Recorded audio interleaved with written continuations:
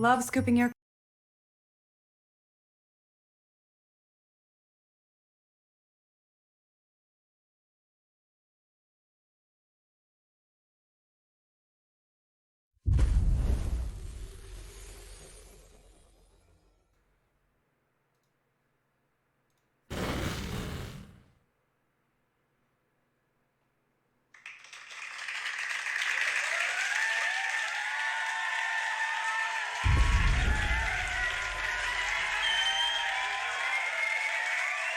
All right. Take it easy. All right, everybody, welcome to the CrossFire podcast. We're a little late tonight. I apologize. We had quite the show before the show. That's not how it's supposed to go.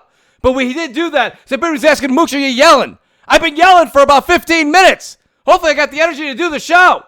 That being said, guys, we have a phenomenal show. We've all waited for this. The entire gaming community has been on their hind legs waiting for this very day to come on social media, and it happened today. That being said, guys, I want to say thank you to all the Mooch Maniacs out there. You guys are all fantastic. You guys are fantastic people. Guys, right above the description, check that little join button. It's how you become part of the family, and you get shouted out like this. Shout out to Sir X Band, Masshole 1977, Midway Monster, JudaZuk, WoolleyGamer, Raguram Sellakkannu, Ben Link, our major Mooch Maniacs, Lucifer, Mark, Andrew, Barlow, Brian B, a.k.a. Delirium Blades, Rich Kreischer, and our VIP Mooch Maniacs, Rated D Demonic, the great Biggie2316 who's in the chat, the great Dougie Dog 420 who never misses a show, Percolator 9000, Marty Bison in our honorable mentions, Wilmy Hood, Z Black Rider, and the only one in the category, the forever Mooch Maniac,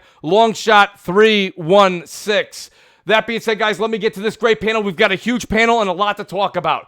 Let me start with the one, the only, Crap Gamer. Crap Gamer, how the hell you doing tonight? Hey, thank you. I appreciate it. You guys are great. My expectations are definitely not tempered. There is so much to talk about. I tell you what, if you're not excited about what's going on, you're not a gamer, because we just got some absolutely incredible stuff today. Some great news. I honestly can't wait to dive into it, because I feel like for the first time, although it wasn't a company I wish it would have thought this way, but I feel like finally a company gets it and understands me as a gamer.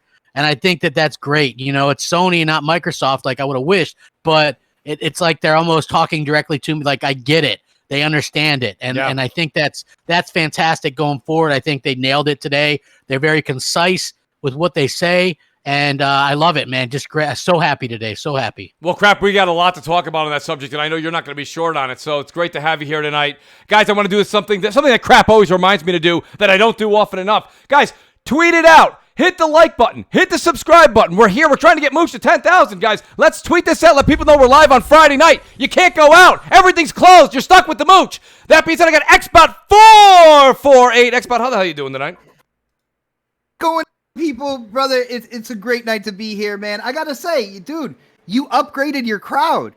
You upgraded the crowd. We're man. Always upgrading, dude. That sounded perfect. That is the way to go from now on. And brother, it's good to be live. I can't wait to sit back and just watch these, certain people in the panel just kind of bury themselves tonight in expectations. It's going to be great, man. It is going to be great, buddy. It's good to have you here. And then I've got a man here that drove all the way from, I believe he was at work. Maybe he wasn't. But he told me he was on the road, on the way, getting to CrossFire. He's on time. He's here for you. Gaming Forte. Forte, how the hell are you doing tonight, buddy? Good, man. It's been great out here, man. Good news. Hey, you did upgrade that crowd. That's the first thing I noticed. I was, damn, that crowd is clapping a little bit harder than. Hell yeah! It sounds like a concert, man. Let's go. Right. I'm telling you, man. It's Friday night. This is what they come to expect, Forte. Wait. Forte, I do want to let you know you're botting, so you may have to just reset your mic or reset the Discord app. Thanks to Discord for taking the glorious intro out of this. But nonetheless, I want to go to our special guest that we brought on today. I've got a buddy here. He's in NYC. He gives me a run for my money for yelling. It's D Knox. Knox, welcome back, buddy. How are you? Another wonderful night, Mooch, that we're having here in New York City and on CrossFire, I might add. It's going to be great. It's going to be great. We got an awesome panel, right? Like we always do, right? Absolutely. Always, like you always do. The Mooch always delivers. We got the X-Bot, the defense attorney. Hey, it's Harvey Birdman at law. Harvey, you've got this. You've got this. You're going to defend the world's most powerful doorstop. Let's get it, baby. Let's do it, buddy. Good to have you here, Knox. Damn. And then I got somebody else who's also been on fire on Twitter today. It's Brap, Basement Radio Arcade Podcast. Enrique, woo! What's happening, buddy? Ooh. Let me tell you something. I'm excited for June 4th. And for those that don't remember, a couple weeks ago, I tweeted out that there will be a June 4th PlayStation 5 event. Wow. And here we are. Why couldn't you have told us the 6 winning lotto numbers, before the show? I would have rather that. There's a lot of other stuff that I know and Forte knows that we can't talk about. So I'll leave it at that. All right. We'll leave it at that. Let me tell you something. Forte right out there, man. He knows it too. And actually, E. Jackson, too. There's a lot of exciting stuff. I can't wait coming. You guys have no idea what. All this Warzone we play, and you don't tell me any of it. That's fine, Enrique. I'll get it out of you one way or the other. That's fine. Let me go over to my next special guest here. I've got, speaking of E, let's talk to E. Jackson himself. Eric, welcome back to the show, buddy. Great to have you here tonight. Oh, what's going on, guys? It's always great to be here. And I gotta say, man, it's like, is there anything better than when someone tells you they have great information, but I can't tell you any of it? It's the worst thing ever. but you know the great information. I do. It's like when somebody says they got 3 codes on Twitter and then they send it out with a question mark in the middle of the code. I don't got time for that. Right. Got time for that. It's like that girl teasing you, like she leaves that one number off the phone and be like, look here, girl. Hey, don't talk about Xbox bomb like that. No, that's not nice. I tweet out all the time. I don't like Wheel of Fortune. Just tell me the damn question mark. All right, that being said, Eric, let me get that. We've got another guy who's absolutely on fuego today, and he's coming from a podcast to a podcast. It's like a coffee table book about coffee tables. Saltiest Gaming, Salty. Good to have you here tonight, buddy. How are you? Yo, I don't have your energy right now, Mooch, but shit's going down on social media. That's all I got to say. But it's good to be here, man. Yeah. You said everybody's on their hind legs in the intro. I don't know how. Do I have a hind leg? I don't know. But yeah, I'm hyped. I'm hyped for the PS5, dude.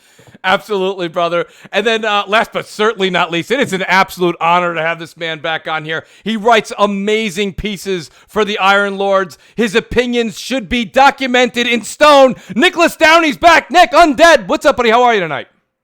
Oh, I'm good. I hope people don't write my stuff down on stone because that shit ain't gonna last.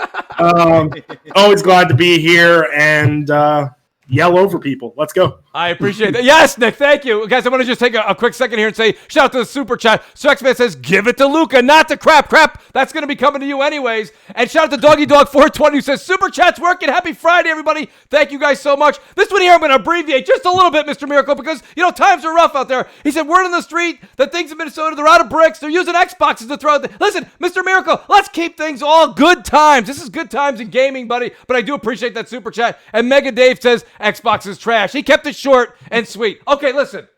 Guys, I want to say thank you. Retweet it out. Let people know we're here. It's important. I got to start with Crap Gamer because Crap, in all honesty, let's just be really honest here. This is just the way it is. PlayStation 5 finally says, right, we're going to do an event tomorrow or next week, June 4th. It's a big thing. So what's kind of the difference that we're already seeing here with the comments from Jim Ryan, the comments we're seeing from some of the executives that have come out and said certain things that we're not seeing from the Xbox camp? And to be honest with you, some are pros, some might be cons to people. What's your take on it?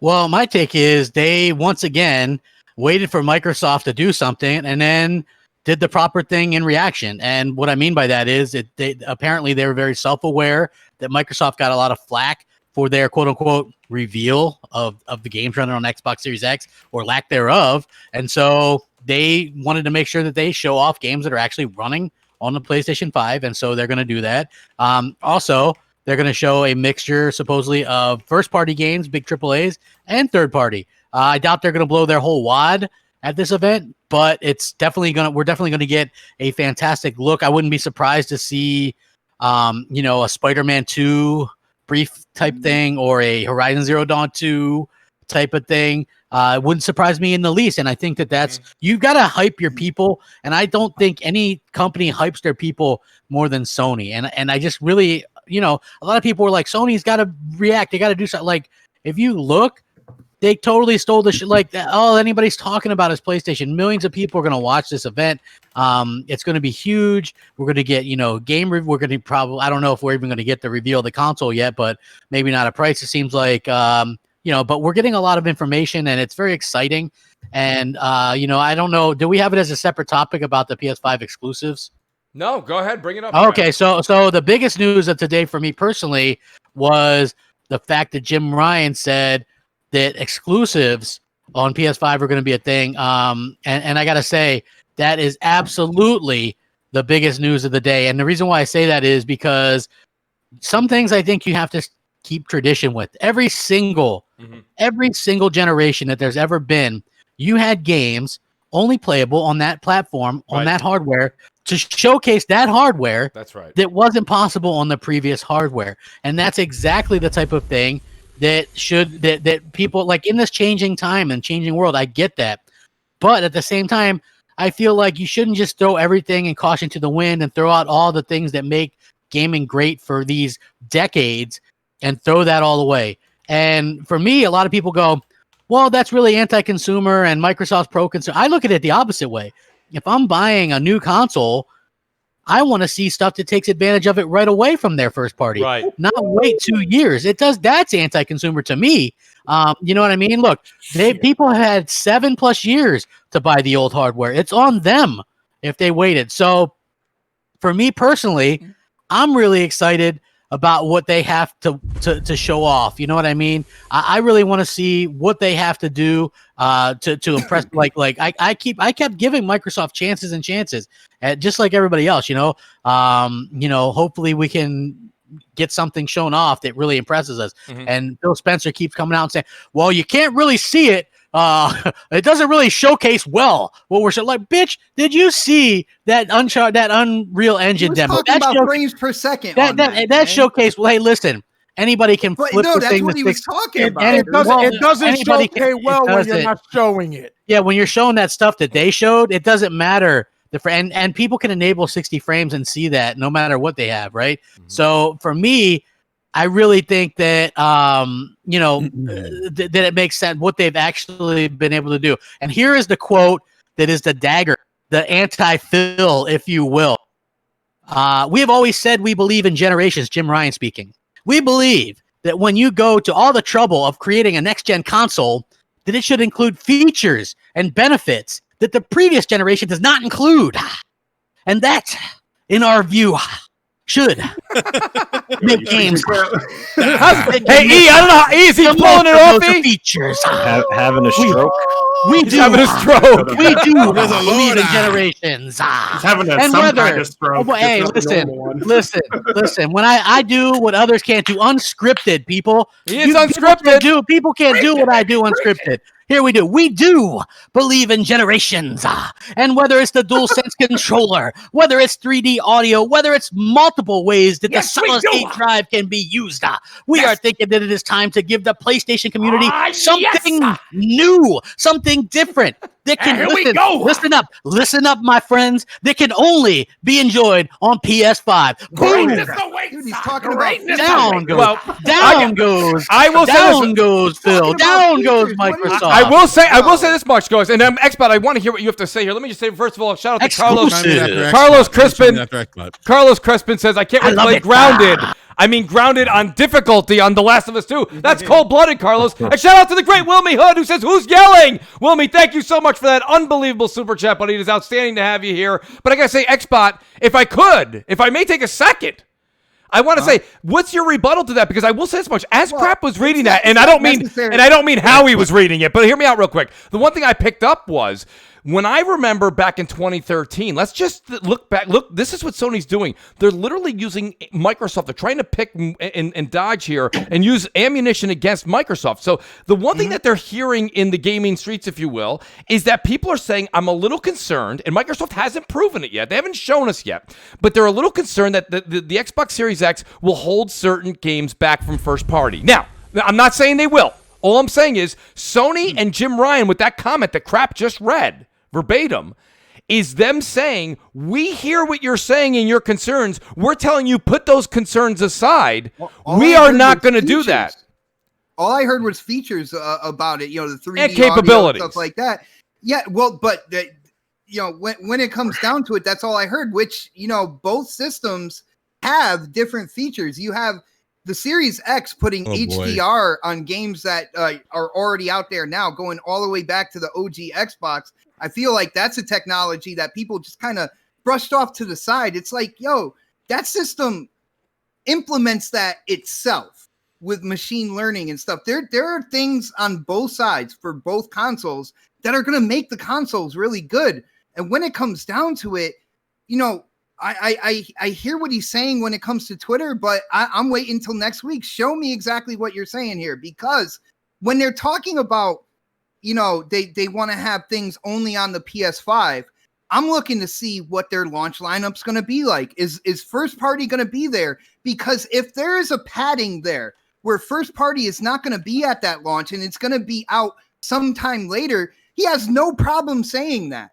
You know what I'm saying? Yeah, no, it's strictly made for the PS5 because he knows that the first party is not going to be there for the launch. It's not going to be there right after. It's going to be there down the road.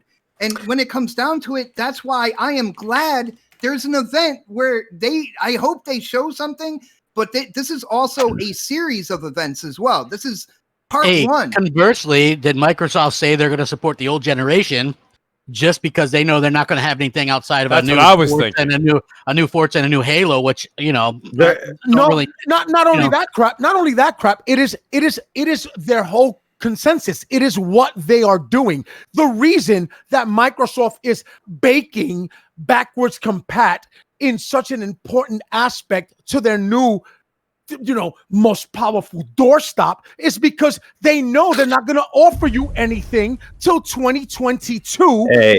So they want to sell you. Hold on, Salty. So they want to sell you. They want to sell you on getting. They want to sell you on the games as a service and subscription services. So hey, we need these backward compats with a fucking fresh coat of paint so that, you know, it makes Game Pass relevant, correct? Well, not all right. Let me tag in real quick. It is what they want to say. Let me find him after Salty. Yeah, okay. So first of all, we're spot here, right? Who's capping for Battletoads, and he's talking about games and showing games. I didn't say anything about it's weird. It's weird. That's weird. You take a little. You're a Spider-Man fan, right? But you don't like Spider-Man PS4, the best Spider-Man game ever made. So that's an opinion, brother. I mean, and then you're saying you're waiting for the launch lineup, but then what does Xbox have? They have a game that was pushed back that was supposed to be a game for this generation, and they're capping for that game for next gen. You mean the one that they completely Halo Infinite, right? Engine for? Is that what you're talking about? The one they delayed because they didn't have no games. Yeah, that one. Right. The one that they should have had up and running because the one they should have had out like a year and a half ago, right? Yeah, but the incompetence at 343 prevented that from happening. Yeah, that game. The game that doesn't look next gen. Yeah, that game. All right. So that's the thing. When I hear this from you, I need to see what the games are. Well, where are the games for Xbox? Well, they're all multi-plat, right? That's okay. It's an interesting conversation, though, Xbot. Because I mean, it's already been stated that pretty much one of the biggest franchises in the gaming industry with Halo is slotted to be a launch title for the Series X. So when was that supposed to originally come out? When was it? Excuse me. They built an entirely new engine. So when it comes down to it, if they did have something in the pipeline, this is completely different than that. All right. Because so what I'm trying to tell you is there's one company that finishes strong, right? Because you have The Last of Us 2 that's looks like a game of the generation, right? We're just eating good over at PlayStation, right? And then you have Ghost of Tsushima, that's another banger that's coming out. And then you're expecting launch lineup after that. So it's like, well, where's Xbox in this grand scheme? You're like, well, they're winding down, right? They don't have games because they're winding up for the next gen. But then you look at what they're going to be offering, and it's Halo Infinite, which they should have had out this generation. Well, what's coming out beyond that? They're not even offering that. Salty. Hold up. said. Knox, hold on. Hey, Let real me- quick. Hold Hold on, on, guys. whoa, guys, hold 1 second. And Enrique, you've been very patient, so I'm going to give you the mic right after. So I'm going to take care of the super chats. But I think you guys are actually leading up to an outstanding conversation. Just give me 1 second. Sir X-Man says having games is a good feature. Microsoft. I think he's just trying to let people at Microsoft know that. I appreciate that, Sir X-Man. Truby Fire says, why do you just straight to HDR and old games?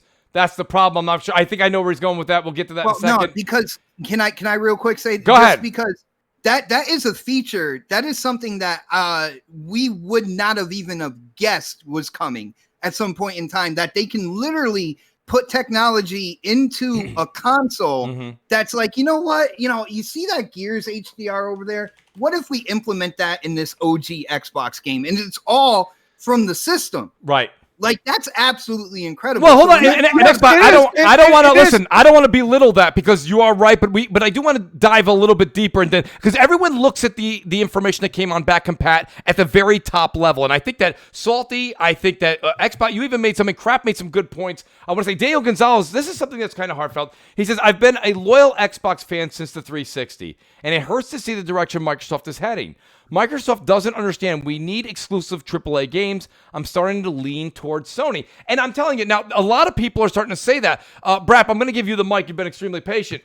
Thank you. I do think that we do have to kind of look at this from a gamer's perspective. And Salt made a decent point. A lot of people's first argument, even with me on Twitter, is, hey, Mooch, what is it you're really expecting to see out of Sony's first party? And my turnaround is, well, except for Halo Infinite, which, not everybody's a Halo fan, by the way, especially now. It's grown a little long in the tooth. At this point, what else is coming from Xbox we haven't seen yet? So I think they're still at even blows. But go ahead, Brap. Yeah, I was going to say, what's really interesting is that you see two different approaches to the game consoles. I think Microsoft's taking more of what I would call a traditional PC approach, where Sony's taking more of a traditional console approach. What I mean by PC approach, I mean that you have games that will scale across whatever hardware you have on the PC, and that's it, right? Right. No. And there's no real cutoff per se. Where Sony's saying, you know what? If we're investing money in new hardware, we're going to show you games that run a new hardware. Now, me as a fan, as a console gamer, I will say that I'm probably a little, and not to take away from Microsoft, because I think Microsoft's made tremendous strides. I think them enabling HDR and all these other improvements to backwards compatible games, it's nice. Yeah. But it's not something that I'm going to say, wait a minute, I'm going to spend $600 or $500 to $600 on a console to play my old games in HDR. Like, I'm not going to do that. Like, that's not the primary reason why I buy new tech. I buy new tech because I want new experiences. And so I think Sony is kind of doubling down on that. And, we'll see whether or not that works out for Sony or Microsoft. But I will say this, as a gamer right now, as it stands today, I'm actually a little bit more excited about the potential of the PlayStation 5, because there's potentially a situation where they're designing games. And let's not conflate designing and scalability, because that happens all the time. But they're potentially designing games that can only run, from a first-party perspective, only run on the PlayStation 5 at launch. And I've heard people say, "Oh, well, you can't name any games, Enrique, that have launched, from first-party, when the PlayStation is released." That's not true. We had Killzone, Shadowfall that released, at launch. There were some other games that shortly released after launch that were only playable on PlayStation 4. Same thing with the Xbox One with Rise and some other games. But I actually prefer, me personally, and my preference, I prefer that approach. If I'm spending money, $500, if you will, on new technology, I want new gaming experiences. I want games that are designed, and you want them on day one for that console. Yeah, and I want them day one. And that's, to me, that's what Sony is doubling down on. And I think that, at least my opinion is that I think that gamers, hardcore console gamers, are more likely to gravitate towards that. Look, I'm not downplaying backwards compatibility. It's a nice consumer-friendly thing. I think that's something that's a nice, high five for the hardcore Xbox. No. Hold on, Enrique. Well, we got to have a conversation about this. Hold on. I don't mean to cut you off. I'm pulling up. Hold on. All right, Knox, go ahead, Knox. Then I want to hear Forte. I disagree, because don't spin it like they're doing it for the consumer. Microsoft has not done anything for the consumer in the last 7 years. Okay, No, they haven't. That's not for us. That is. All right. Let me finish, though. Let me finish, bot. That's not for us. That's for them. You can't tell me that you're not securing second-party exclusive deals for my benefit. You can't tell me that you're not offering me the full potential of the world's most powerful console for my fucking benefit. You cannot tell me that you're not going to get me DLC deals, exclusive, 30 days, whatever, for my benefit. Fuck off. I'm not stupid, my dude. We don't know that yet, though. Hold on. No, that's what's been happening. What do you mean we don't know it? Enrique's been happening for 7 years. And he's been telling you to wait till next E3 for 7 years. My dude, are you going to just keep getting beguiled? He's not wrong. He's not wrong. I'm not wrong. Hey. This is the truth. You have to see it for what it is. Microsoft wants to be the Netflix of gaming. They do not want to offer you second-party exclusives. They do not want to offer you excellent first-party content, at least not yet. They've got to get it done. It takes them 2 more years to do it in 2022. So come see me in 2022. Why the fuck are you launching the world's most powerful doorstop 3 months from now? For what? When Sony is dropping right now games, two, not one, but 2 AAA bangers in June at the end of the generation. Right? I told you Knox he's gonna give me a run for my money tonight on Yellow. Why isn't Sony saying anything? You know why? Because Sony's not stupid. They're not gonna step on their own fucking feet. They don't do a Microsoft. Hold on, let me finish my rant. He's not wrong, dude. They don't do a Microsoft. They don't step on their own toes. They got them. They're not gonna shit on The Last of Us and Ghost of Tsushima with the PS5. They know the PS5 is gonna be great. But they want to put these things out there real quick, and they're awesome. Listen, Ghost of Tsushima and The Last of Us 2 look better than anything on the X. And Doom and Doom Eternal and Red Dead Redemption 2 are the best that I've ever seen the Xbox put out. They are, because they are a true testament of the system's power. Would I have loved to see that with Gears or Halo or something new? Absolutely. But instead, I get shit down to State of the Shit to Sea of Shit, whatever the fuck. I'm tired of it, dude. All right. I am not. Hold on. So Knox, wait a second, guys. Hold on. I have a quick question for Mooch and Enrique, real quick. Wait, so do we pull tabs? So you're just not gonna address me then, bot? Do we pull tabs like we're at a deli? Yeah, how this works? I'm trying to do the Maestro thing. I'm also got some super chats. Pull a number? Hold on. So hold on. So I do want to get Forte in here and E Jackson, and I gotta get Nick too. But I do want to get to you, Salt. Truby Fire says HDR on OG Xbox games won't be on the box because nobody cares. Mr. Miracle's back. He says, are people really excited for HDR on old games that have no achievements? Greenberg is already setting Xbox up. Now hold on for the L. That's Mr. Miracle. I want to say there's a couple other super chats that really go with you. Shout out to the great Biggie2316. I kind of agree with Biggie here just a little bit. Okay, he says, but HDR on a turd is still a turd. Correct. No matter what tech Xbox has, the games are not browns, good, right? The Browns are so brown. It's a vivid brown. He's saying Xbox, you got to stop defending them. I listen. Xbox, he's their defense lawyer. I just got one question, man. Yes, and then I believe Biggie says, "Woo." Testify not. You know what's funny? You know what's funny about Go this? ahead, Like yes. Mooch and Enrique, they always say that this was the generation to not lose because your library is coming with you. Now, you know, when it comes down to it, between 40, 50 million people with Xbox Ones. Mm-hmm. So with their library, right? Yes. Xbox is saying not only are they going to come over with you, but we're going to have them running at peak performance. Mm-hmm. Things that, you know, weren't done with the game are going to be done, and they're going to be playable on the Series X. And then I have like Enrique and possibly Mooch. It's been a while now. I can't really remember what you said. Really just saying, oh yeah, no, that's just a high five. Backwards compatibility is just a little high five and good job, guys. Listen, and Xbox, I'm glad you kind of asked that. Well, no, I'm glad he pointed that out. But Xbox, let me just say this much. Have you ever just moved from one, and you just did, you just moved, so a really good example here. You moved from one house to the other, right? And you're like, should we box this up? We never even really use it. Box it up anyway. I listen, I paid like $800 for that thing. Just put it in a box. I want to bring it. No, we should really throw it out. No, just box it up. I'm taking it with me, right?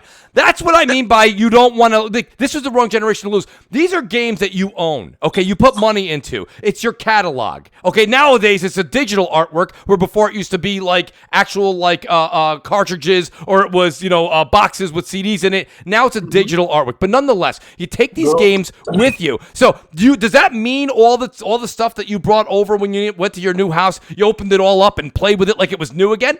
No! You put it back in the closet. Right, exactly. So do I. Listen, my point being is this. My whole thing, my point of the matter here for everyone to understand is when I say it's the worst generation to lose, is you're invested, okay? Whether it's mentally, physically, or financially, you're invested into one, and you're bringing it with you. So, Xbot, outstanding case that you made, but my only counter to that is that's just my point in reassuring where you're going to buy next. You're going to buy in the same carbon footprint. But go ahead. I want to hear Forte. You were saying something, and I want to get E, and I gotta get Nick in here because these are everybody. I gotta get everybody in here. Shit, I still got more to say. You got to get. I know you do, Knox. I couldn't even chime in. Knox was on fire. It was like a Knox rant. We're gonna have to have like a crossfire after dark. Let us not forget. I'm sorry, Enrique. But let us not forget real quick. Yo, I took my number over here. Dude. Oh yeah, that's right. Salty's got a number. Knox, hold on. I'll say all right. Before you start, Knox, hey, Mooch, I'm switching over to my camera, so back in. I'm about to drop out for you. All right, no problem. I'll bring you in when you get back. E, let me get E in here. E, listen, you've heard everyone on the panel pretty much except for Nick. Where are you on this whole thing? Do you know what I'm saying? Like, I mean, you've heard the good, the bad, and the ugly. Where do you stand? Right. I don't know. Me personally, I still stand by the thing I've been saying pretty much like the whole generation since we got like the backwards compatibility. It's a fine feature. No one's disputing that, but I don't understand facts why all of a sudden backwards compatibility has become the wave, and it's the thing that you have to stand on your square and defend, right? I'll tell you why, E. I'll tell you why, E. Because it is the centerpiece of Microsoft's strategy going forward. They need to make those turds look good because those are the things that are going to go into Game Pass, right? And that's what they want to market to you. Game Pass and games as a service. That's what they want. That's what the new Halo is going to be, is a game as a service. That's why it's going to take longer to come out. Not because they want to tidy up the bells and whistles and make it good for the consumer, but because it's going to be a gas game. I just want to let everybody know, what Knox just pulled off was the equivalent to the end of Beetlejuice, where he looked over to the side and grabbed Salty's number. Listen, I want to, right? So, that was awesome, Knox. But I do agree with Knox. Knox is making a hell of a point, to be honest with you. And E, I think you're kind of almost on that same. You're on that same bandwagon, whereas you're saying, like myself personally, is in. When did it become the main thing? Like it's like the only thing that it's fine. It's Microsoft's main thing right now. When you don't have any games, because I said features, so I took. When you don't have any games. When you don't have any new games or new bangers, you got to sell the old ones. You know what I'm saying? So you got to focus on what was good in the past, because let's be honest, this generation, they didn't have one Game of the Year nominee. So you think you want to flush this generation down the toilet, but for some reason they want to bring it forward to the Xbox Series X. If I was the designer, I would just be like, all right, so all the Xbox One games for backwards compatibility, let's just flush those down the toilet. Let's save some money, because they were all, kind of ho-hum who needs them. The fact of the matter is they just don't have the games to compete, so they got to focus on old bangers. That's the fact. I think there's something to that. Brap, hold on one second. I apologize. Eddie Lopez says, Microsoft abandoned the Xbox One. Now they want us to buy another console. Am I the only one worried? I also have here Biggie. He says, that was one that I jumped the gun before on. Turby Fire says, sorry, basically feature not equal to games. So he's saying features are not equal to the games that are put out. Casket Repair says, y'all in a bubble, new crop of 10-year-olds each month. All right, and J-Dub says, so Cameo in 4K HDR 60 frames, is that what we're hyping now? Shout out to J-Dubs. And I know there's another one that I missed here. I apologize. There it is. Primetime says, Mooch, Or you Sony fans act like you wouldn't play The Last of Us on PS5 in true 4K with a higher frames per second. If you had the chance, what's wrong with having two experiences? But Prime, I don't think you're really catching the problem that we're saying. Of course we would like to play every machine we have that's on that it's capable of doing 4K 60. Truby Fire comes back again and says, Mooch asked you to reply to crap and you jump to HDR on OG Xbox games first. It should be games first. That's what crap was talking about, games. Okay. Well, when he was quoting Jim, it was all about features. My number's up. Go ahead, Brett. No, I was gonna say, I think part of the argument of or like what Eric was saying, like why people are hyping up, backwards compatibility. I think unfortunately it's a fanboy thing too, where they're just trying to get a win any way they can. Like, oh, my console has this and yours doesn't.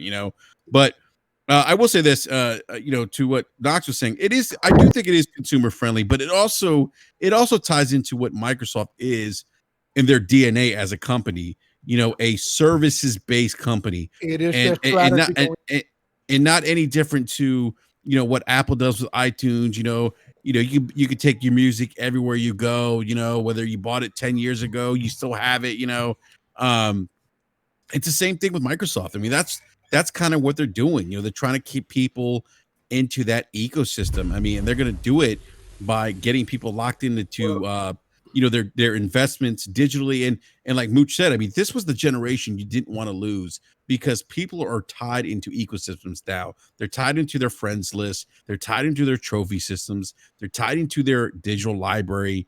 And so I think part of what Microsoft doing is kind of just doing that until they can get to that point, whatever that might be, and who knows? I mean, we've been tied in since last gen. We've been tied in. Well, but the majority, the hardcore. Well, this is a whole nother level. This is going like full fledged now. Like, look, I've been on Xbox Live for 20 years now, but most people haven't though. So it's a little bit different. Like the hardcore has been there for a long time, longer than the casuals, if you will.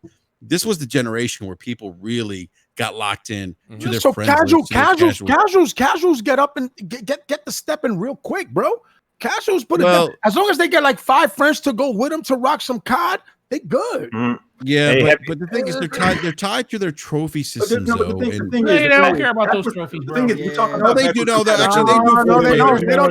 don't care about trophies. Forte, that's not true. Forte, there is there is data out there that shows this. Yeah, but that's I can find you data on a snail that crosses the street. That doesn't mean that's faster than anything else. Enrique is right. There is data that shows that, and that is the data that they analyze to keep you as the loyalist. They're not stupid. That data is out there. You are right. You are correct with that, Brap. Absolutely. But it is what they use to keep the loyalists tied in. My dude, I have so much money invested into the Xbox ecosystem. It isn't even funny, bro. I got HD movies on that shit. I got games. I double dip, triple dip in games, man. I'm a gamer. I do that. But I am tired. I've already seen that, hey, these organizations don't have my best interest in mind. But outside of Sony, if I look at the lesser generation, no, this generation, every generation. No, I'm saying, are you not buying Xbox? I am not buying a Series X, and I am not fucking. He wised up. He wised up with Destiny 2. Wised up on both of them, on both accounts. Hey, excuse me, real quick. All right, so we've been bamboozled once before by this company. All right, the world's most powerful 4K box. You guys remember that? The Xbox One X. I got bamboozled. I probably couldn't sell it. I couldn't sell it on Craigslist for a hot dog and a Coke at this point because the value's so low on it. But surprise, when they made this console, guess what was in development? The Series X. They knew that they were shipping us this dog shit bottleneck CPU console, right? They knew it. They knew it. It's fact. I can pull up. Hold on. Wait a second. Let me finish. Salt made a point. Salt's made a point. Now, go ahead, finish it, and then let's hear a counter. All right. So they knew what was coming down the pipeline, but they said world's most powerful console, right? 4K box, native 4K, all this other crap, right? Mm-hmm. But what kind of games did we get to take advantage of that power first party wise? Because that's the most important, right? None. The most optimized games come from a first party perspective. We've talked Why is the SSD so important on the PlayStation 5? It's because the first party will take advantage of it. It's their responsibility to use the power. And by no means that word. Has the power been anywhere near utilized except for Gears 5. We've gotten Sea of Thieves. We've gotten Minecraft Dungeons, Ninja Bleeding Edge, some other bullshit. None of these games are even close to taking any advantage of what we got in the bottlenecked Xbox One X, but yet I'm supposed to believe down the pipeline the Series X is going to pull shit out of their ass. Cuphead was awesome. Seen, right? Well, I think Hellblade a AA, right? That's going to do it. But the thing is like the proof's in the pudding. They've shown you what they want to do with Xbox Game Pass, and if you like it or not, you could say whatever you want. The thing is they want to target as many gamers as possible, and the way that they do that is by making these kiddie-ass games like Minecraft Dungeons, and it sells to the mass audiences. So is that going to use the power? No, it's not, and that's that case closed. There's no generations. There's no new generations. You're going to be waiting years before you can take advantage of the true hardware. And this has been said by developers like Optimus, right? Other Bluepoint, the dude talked about it. Dev after dev after dev after dev talks about how limited this generation is and how excited they are to leave the gimped hardware behind. But yet Xbox, for some reason, wants to stay with it. Why? Because they don't care. They want the money. And that's about. I think they also want to keep the install base that they have to keep. Yeah, they have to keep you engaged. Somehow. They don't want us if they have to start over again. Go ahead. I mean, guys. Before that, I do want to get Nick in here because I know Nick right now is probably just drooling at the mouth. He's just gonna say something. J-Dub just says Battletoads grounded Bambi Simulator. Enough said. Shout out to J-Dubs. He said, "What happened to Cloud Power?" Real quick, I do want to get through a couple of these super chats here. Troby Fire says, "Sorry, basically feature not the game." I already read that. My apologies. I know there's a few here. All games new to them and run on them. Mr. Miracle's back again. Sorry, guys, I'm running through these so much because you guys are sending in these great super chats and I'm not getting all of them. Rated D Demonic says, Noximus preaching, brother. Can we get an amen? I'm pretty sure he'll definitely throw you one of those. And Mr. Miracle says, Metal Gear Solid next week. Right, Brap? Real quick, Nick, I got to get you in here, Nick, because you know what? You're probably writing a piece just on this show alone. Right? I can see him right now being like, the trials and tribulations, Crossfire. Nick, what do you think about what you're hearing basically about the PS5 event? And then there's a lot of concerns here. Salt's not the only one with them. A lot of the things that Salt and Nox have been saying are what I've been also saying. I don't know where they're going to be coming up with this. Wait another 24 months. What's your take on it, Nick? And I see you're muted. Hopefully you're still here because it would be. I'm here. All right, good. Okay, yeah, it's just no, it's fine. It shows you're muted. What do you think, Nick?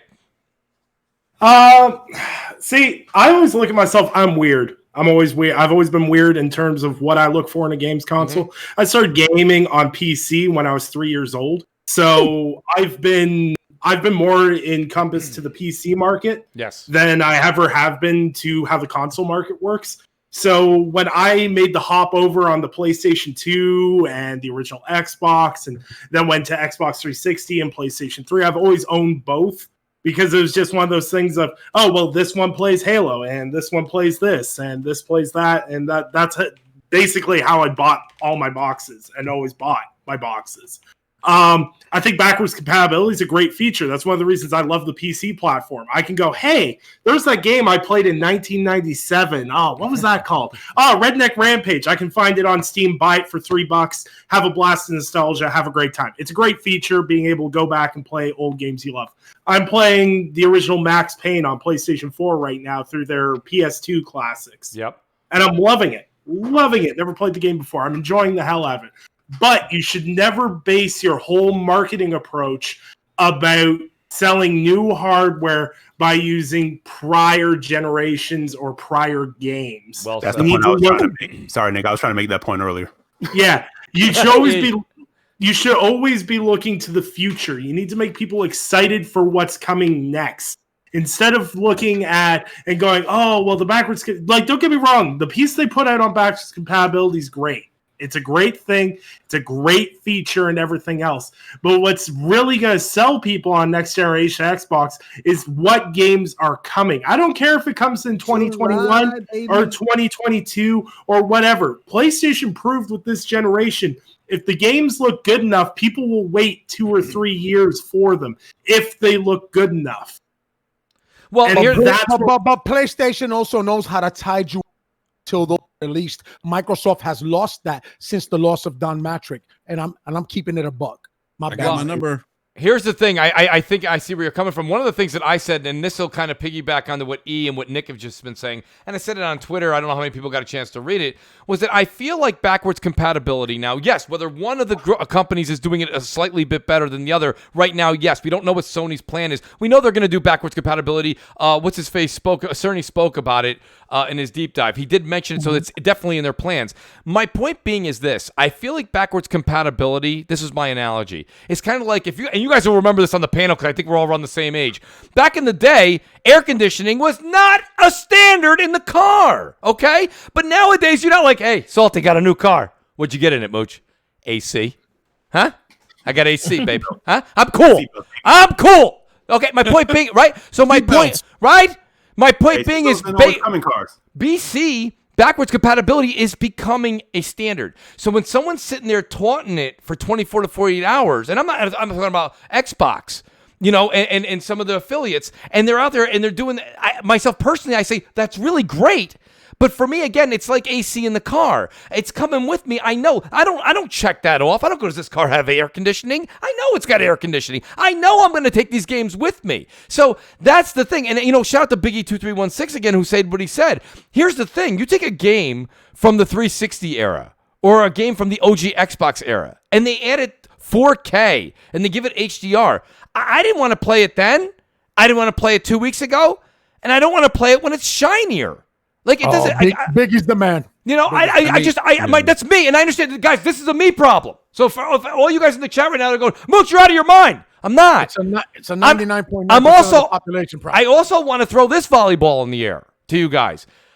We all say it every week. People on Twitter, you guys in the chat, you say it all the time. I can't even get through my new games. I got a backlog in 2020 already. Warzone. So exactly, damn Warzone, taking up all my time. When am I going to go back and play Cameo? When am I going to go back and play something like, you know, in 4K HDR from the 360 era? You know, I mean, I'm not. It's a good option, but hold on. The main problem that I have with it is they're marketing this thing almost exactly the way they did the One X, where it was all about updating old games, and that was the reason why they did that. Was why? Because they didn't have very much new coming out. And so I get that same kind of vibe right now from them. You know, it's like I can almost foresee the first couple of years, man, Halo and Gears and AA crap, right? Like, how is that going to help them any more than it helped them this generation? Well, but crap, we'll see in July. Like, I feel like. Well, I got that shirt on right now that says wait till July. They literally have a show in July that's dealing with first party Xbox, and that's it. Series X, first party Xbox, and I feel like there's some people on the panel that are acting like they already had that show and they showed nothing. So now, like, everybody prays what's going on. They've had that show for years, but they've had that show. But I think a lot of us are going based on history. We can only go by what we know. I mean, so I don't think it's fair to say, oh, well, they haven't shown anything, so you guys shouldn't be, but you know. Can't condemn one thing without seeing the other, though. Yeah. Well, no, I don't know. No one's condemning Forte. But no one's condemning Forte, but I think people are managing their expectations based on performance. That's not condemning. That's being like, you know what? I don't know yet. You need to show me before I adjust my expectations. So I also have this thing that I always fight myself with. Like, why do people, because it sounds like a panel full of people that aren't going to buy the next system. You need a reason. There's not one yet. Well, that's what I'm saying. So, but as of right now, how many people on this, like, as of right now, what you know, are you buying an Xbox Series X Day One? No. Okay. I dropped $1,000 on a PS3. I'll buy an Xbox Series X. Wow. and you're the guy they want, my brother. You're the guy they want. Hey, I want to make a quick comment. What Salty said earlier about the Xbox, Microsoft selling you the Xbox One X, and I'm probably paraphrasing here, Salty. I don't remember what you said, but some of the effect of they sold you an Xbox One X, and then they were immediately onto the Series X. They knew that it was a dud. That's not exactly what you said, but definitely not what I said. But continue, yeah. But what I want to say is that look, I mean, these companies they're working on the next console the day after the new console. Of course, I mean, they always are. So, absolutely. But I want to mention that. But I will say this: like, I don't think, and I think I said this on CrossFire last week. I think a lot of the criticism that we have against Microsoft is because a lot of us have been invested in Microsoft for many years. You know, myself going back as an Xbox Live beta tester. You know, getting an OG Xbox day one, seeing games like Ninja Gaiden. Seeing exclusives from Software, seeing Microsoft drop the bag for Mistwalker, you know. So I think it's like if you have kids, you know, when you're hard on your kids, it's not because you're hating on them; it's because you love them. You want to see them do better. Same thing that a lot of us are coming from with Microsoft here. Like it's like we got to a point where it's like Jesus Christ, like, you know, if you were on the OG Xbox, and I think a lot of people don't have perspective in this regard. We had Ninja Gaiden, which was an iconic franchise, exclusive. They bucked play. They could have been on PlayStation, and Itagaki said, "You know what? No, I don't want that. I don't want PlayStation because the Xbox is the most powerful console. I can only realize my dream of the Ninja Gaiden franchise on the OG Xbox." Right. Then they had From Software drop a Toji. Then Splinter Cell was born as an exclusive on the OG Xbox. They had Riddick as well. That was a huge mature. Oh my God! Yes, crap. Chronicles of Riddick. That summer when Riddick dropped, everyone was talking about it. Yeah. Crap. When's the last time we have anyone talk about an Xbox exclusive like that? In the summertime. They don't. Hey, I can't like it. And I say, and I stick by this. The only time I was surprised by Xbox in the last 7 years was when they announced Killer Instinct at the launch event, you know, in 2013. So they've gone an entire generation without surprising me, without being even generally pleasing me. I mean, some of the games were okay. But then when you see what's on the other side of the fence and you see the quality there, you know, you just sort of shake your head and go, well, I wasn't getting that great thing that I thought that I was getting to begin with, right? Or that at least, you know, you thought it was at least good, right? But you're not. And then when you look back and you compare stuff, it's not good at all. It's just the quality. It's like they don't care a lot of the times, you know, like those. And that really sucks because we're consumers and I feel like we deserve better. And the fact that, you know, and I think Xbox will be fine for what they're trying to do. Anybody who's stuck with them, anybody that's stuck with them this long and they're happy with what they're getting, you'll be happy next gen. That's right. You'll get your Halo, your Forza, your Gears, your AA's, you know, your Game Pass. You'll be happy. Pig and shit. You'll be happy, right? But for those that want more, that really want more, I don't know if you will be. That's yet to be determined. Let me finish myself real quick, Knox. Okay, go ahead. Forte, hold on one second. Show one. He says, hate backwards compatibility, but bought Mafia or Saints Row. Again, that's a different circumstance, Showan, and I get your point. I'm not saying I agree, way. but I want to agree with go ahead, Craig. Yeah. I'll say it this way. I'll buy remakes and remasters sometimes because it's a new set of achievements or trophies. Right, you get them again. I don't want to play through, you know, and not get any new ones. You know what I mean? So I get what he said, but at the same time, something like Final Fantasy VII, that's a completely different game. Well, Crap makes a good point, but Nick also made a point in his justification when he said that's why he got into the PC world. If he wanted to play a game from 10 years ago, he can do that with that system. What I'm saying, Showan, and don't get me wrong, I'm not a disagree. It's not that nobody on the panel hates BC, right? I just said we all want to take our stuff with us. I think that's why Sony almost has a leg up because they have so many people in that install base. They've already purchased so much over there. Sony's doing BC as well. So that's not my Mooch. And remember, they said over 4,000 should be available on the PlayStation 5. So over 4,000. So a good comparison to this is like when you're going to buy a badass car, right? That should be the main selling feature. Yes. Imagine if they try to sell you on the air conditioning and that was it, right? That's all they talked about, right? Right. You wouldn't be too excited as a consumer, but that's a cool feature, man. I love your air conditioning. You want it. You definitely want it. Right? I want a badass AC. You don't market the complimentary water and bread as the main course, exactly. You just exactly, don't. right? And real quick, Enrique, one thing, all those games you listed, what were they? They were exclusives.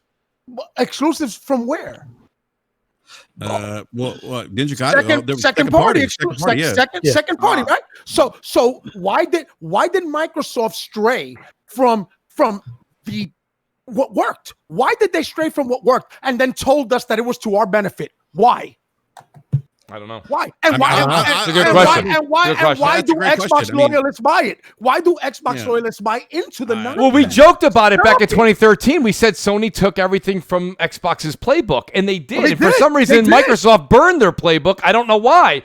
Phil Pyromancer says, "Who wants to pay $500 for the world's most powerful emulator?" Doorstop, yeah. Right? Well, And- doorstop. Yo, guys, we're like, when it comes down to it, the reason why I brought up the HDR Yes. with a backwards compatibility feature is because that is something you remember when we were talking about these consoles coming up. I'm like, I'm looking for features that I would not even think about, not even think possible. And so when Crap was quoting Jim over there and he was talking about features, I was like, well, there's a feature right there that I like that's on the other side of things. But we're taking one day promotion for backwards compatibility. Yeah. Right. Like we're acting like they didn't show the teaser to Hellblade 2. We're acting like, during the VGAs, they didn't like drop people's jaws with what they showed. Yeah, but Xbox, you mean They did it with Crackdown. But hold on, but they here did it with Crackdown 3 too. Here's the thing, though. But What the hell did we get Xbox, at the end of that day? They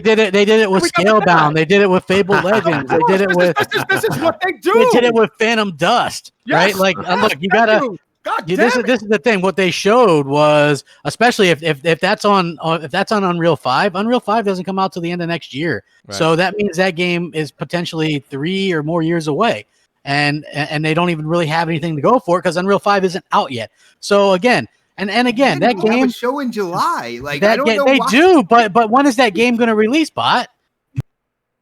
Hopefully we And get more what's the information in July exactly with and what's first the party and what's show. the and what's the fact? What is that like a future? Is that a hit of a series or is that more of a game like a niche type of game? Don't worry, you'll get Forza Streets ported over from the cell phone. You know what I'm saying? They completely I wanted that. created a new but- engine for Forza moving forward. So I do want to see Forza. Hey, I mean, moving like forward. that's great, but water's wet. We get a Forza Gears and a Halo. We know that. With a brand new engine. But what I want to see and what I want to know about is when are the big new AAA IP? When are the mature Guys, AAA I am IP? so When are sorry I didn't put on my Timbos to like. But let me ask you this. Let me ask everybody here this. Let me, in your heart of hearts, are you going into the July event that Xbox is going to have and not tempering expectations at all, or is everybody going to, or is everybody here going to temper expectations somewhat? Well, see, well, first of all, Crap, me and you, we have a different taste in games when it comes down to it. All right. We were actually talking about that. Not me and you, Crap. I think it was me and Enrique. We're talking about, me and Knox, because he likes Doom Eternal. I like Doom Eternal. I'm like, see, there are games that me and you both like or whatnot. So when it comes down to it, we have different taste in games. Am I like, tempering expectations? No, I'm not. They said they're coming in with their first party Series X in July. My only thing is now I feel like, Sony and Microsoft are playing cat and mouse on this whole price thing. Yeah. Which is why Xbox picked July. Now, listen, I'm sure we'll get another Forza shown off, and they'll, show off Halo, of course, and maybe Hellblade 2, and Halo, Hellblade 2 some more. But you know what? First party screams to me. I'm gonna see shit like Psychonauts 2 and Wasteland 3. Yeah. You know what I mean? Pong 7, Minecraft, Minecraft 4. Maybe they shifted. Maybe they They shifted. didn't even make a Minecraft 2 or 3, man. maybe they shifted Battletoads and they're gonna re-show that. Like that to me is not exciting. That's Flight Simulator again, right? That stuff is not exciting. Maybe Gears Tactics is gonna release with the Series X. Oh boy, that's not exciting. People like, and when I say people, I'm not just talking about. But I'm talking about probably the majority. Like, but listen, and I'm saying maybes and ifs too. They're just exactly. And so if they don't show big new AAA IP, that's a disappointment. Yes. Yes. If they don't show any new AAA IP, none. Well, no. I mean, I would think they would, but I want to see. But if they show none, it's a disappointment, right? Not the Xbox. They'll be like, it's just expectations. It's listen, what you're used to. You know what I was told? What I was told was if the initiative was rebooting Perfect Dark, it's the same thing as a new IP. That's the story that I was told, which is nonsense. Right. A new IP is a new IP. Now hold on, guys. Xbox, hold on, guys. Let me get. I have so many super chats. I think Shogun Blade Z says, "Wow, Nox unleashing hell on Xbox." Pew pew. He goes, "Inner rage and frustration be invented." I got a lot here to read, guys. Mr. Miracle says, add up every single A in the Xbox first-party lineup, and it won't equal the quality in that Last of Us 2 gameplay. July show will be meh. That'll be something we're going to talk about. Sir X-Man, shout out to the great Sir X-Man. He said, I need to make a correction. Xbox Live has been out for 17 years, not 20 years. The thing I missed from the OG Xbox generation is there was major innovation in games, and the way they play... They need to get back to the old way they do it. And let me tell you guys a quick little notion here for you that know or don't know. Sir X-Man, probably one of the biggest Xbox fans that I personally know, by the way. So shout out to Sir X-Man. You can see he wears his honor in his sleeve. I do want to read a few more. There's a couple more here on the bottom. I apologize, guys. I don't like the way that Slow-Mo backs up. The great Slow-Mo backs up. He says, I love you guys on the panel, but... I'm going to be honest here. He goes, some of you sound like Xbox played with your, all right, your, there, with your special, played with your booty hole and didn't call you back. And later on, you found out it gave you the clap. Relax, fellas. Well, yo, that's what Slow-Mo's dates do to him, dude. Slow-Mo, listen. I know where you're coming from, but it's a talk show. We got to talk. Showon says you all cry to show something, then cry when they do. Well, Showon, we're going to find out in July. Anything. They haven't shown it. Right. I was going to say we have to wait till July. Right. I agree with you, crap. Aaron Johnson says, based on the IGN poll, the most requested feature for PS5 that gamers wanted was back compat. But that's fine. That's as a feature. But they want games first. I think it's important to have the last generation backwards compat first and foremost. Absolutely. Because that's the one where we've all built up this huge digital library. Before that, you couldn't get games on demand day and date, like with that, so people didn't build up these huge digital libraries like they have today. So it's going to be very interesting to do that. 9 Live says, why does it have to be new AAA IP? They're already damage controlling for no AAA IP being shown off, I see. As long as the game is good, that's all that matters. Listen, let me point this out. The last new AAA IP announcement by Microsoft was 2015. We are currently in 2020. The last new AAA IP single-player game released by Microsoft was 2016. We're in 2020. Unacceptable. Right, and I will say this much, just to add, after the acquisition of like 4 new studios. This is the thing. So what I was told, that was a couple of years. What I was told right around 2017 timeframe, I had a great off the record conversation with a bunch of people, and they said, Mooch, wait till you see what Microsoft has done. Is what they're doing is they're dropping everything for this generation, and they're coming out guns blazing for the next. And I said, well, okay, first of all, it's 2017. That news doesn't do anything for me now. But then I also found out that I didn't find out. We all found out with Matt Booty's conference call and other things that went on that basically we're 12 to 24 months to seeing the true power of the Xbox Series X. My problem here is this. If Xbox decided back in 2015 or earlier, right, crap, that they were going to kind of drop this generation and focus on next, that's fine. But I was expecting that this November, or whenever their next console came out, I shouldn't say this November, when their console came out, that we were going to get Halo, fill in the blank, fill in the blank, fill in the blank, fill in the blank, fill in the blank, fill in the blank, because they didn't do anything. What I'm hearing now is we've done nothing, right? And then also at the start of next generation, we've got nothing. But didn't Matt Booty say Halo Infinite and others will take like full advantage of the in 12 to 24 months? But how can it take full advantage if? Well, he quoted Matt Booty, so I get it. But look, if they've got a co-op and play the same online as the 2013 launch Xbox One, which is why they're breaking the multiplayer off as a free to play. Who says that? That is one of the latest rumors when it comes. Well, that's to Halo. A rumor. That means squat to me. Yeah, and then what? And what's Microsoft going to do when they're alienating the Xbox One fat customers? Yeah, right? Because Xbox alienate those guys, and right? They're fat shaming. Yeah. Well, what I'm saying is, how can you take full advantage of something? Even in a co-op, my friend, that's not multiplayer. If there's 100 players on a screen, there's got to be 100 players on the screen. Like not just that Series X. If the Series X can do 500 players on the screen at the same time, enemies, and the One X or the Xbox One from 2013 can only do 75, guess how many are going to be on the screen? 75. That's held back. That's all I'm trying to say. That's you can't dumb it down any more than that. But that's just the truth of the matter. And Xbox, me and you had a great back and forth ages ago. I believe it was 2017. Me and you went back and forth on the fact of somebody clapping for me. No, somebody's packing cigarettes. In the background. Oh, okay. No, that was me clapping for crap. Oh, was it clap? Thank Okay, you. all right. Yes, Nonetheless. Thank you. But my point being I can is pick out those claps like he knows his crap claps. Listen, I got to be honest with you. Xbox made a great point though years ago when he said, "Mooch, it's kind of bullshit," because I had the X and he remember Xbox. You kind of you were pushing back. You were pushing back on getting the X right away. You said, "Listen, I have a capable." You had the hybrid, I believe, and you said, "You know what?" You said, "Listen, I'm not for PUBG because there was rumors that PUBG was going to be playing at 60 frames on the X and 30. These were rumors again, right? And 30 on the Xbox Fat."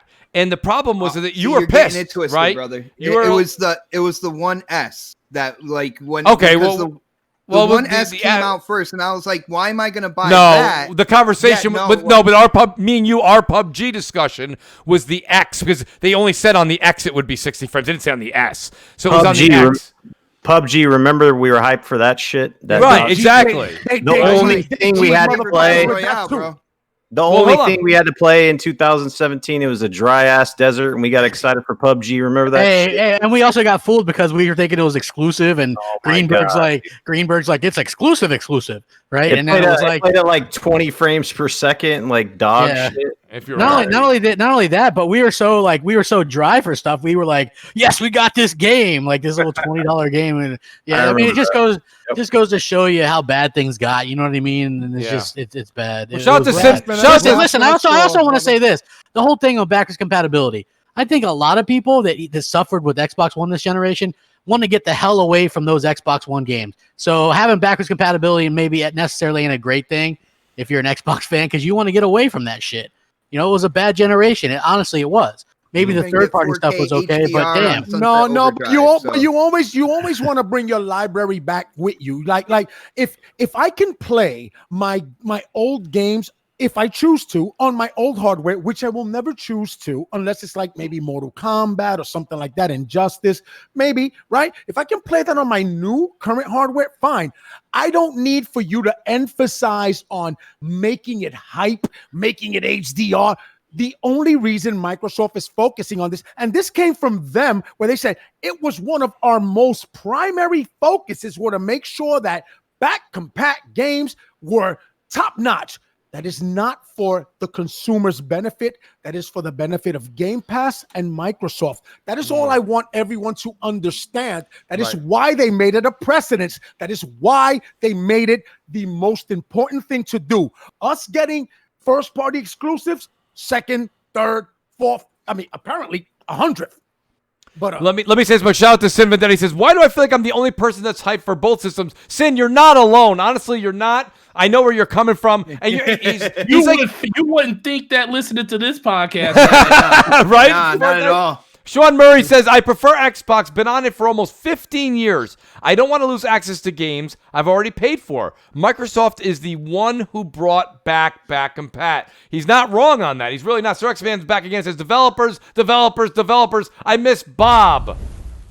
I think he means somebody else, but wasn't he means Bomber. My fault. He said I miss Bob. That'll go down in infamy. I love it. But I want to bring this up to you guys, and I'll start with Nick.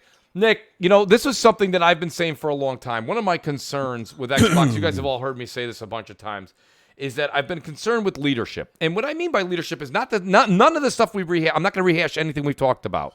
I just feel like no. I'm saying when you actually look at the games, you better temper expectations. When you say that the games are coming out down the road, I feel like you've had Phil come out and say that he thought that Crackdown 3 was looking great. It's going to be awesome, right? What is it that's really best Crackdown ever? Is what absolutely he did, and I'll be that gives me a bit of like discomfort when I saw today that Sony had put out there, and and I believe it was, I can't remember who it was, Noble or whoever it was there on Twitter. They said that Sony tells developers that starting July 13th, all new titles submitted for cert must work on the PS5. That's the old school mentality. That was the Nintendo Sega days where they were like, you want to be on our platform, this is what we demand. And Microsoft right now is the... And I love it. I love it too. But Microsoft is doing the whole kumbaya.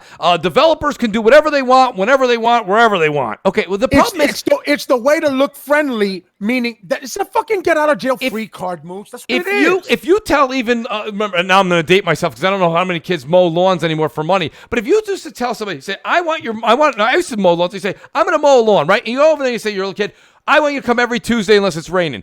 You come on. If you just say to the person mowing your lawn, come whenever you want, good luck.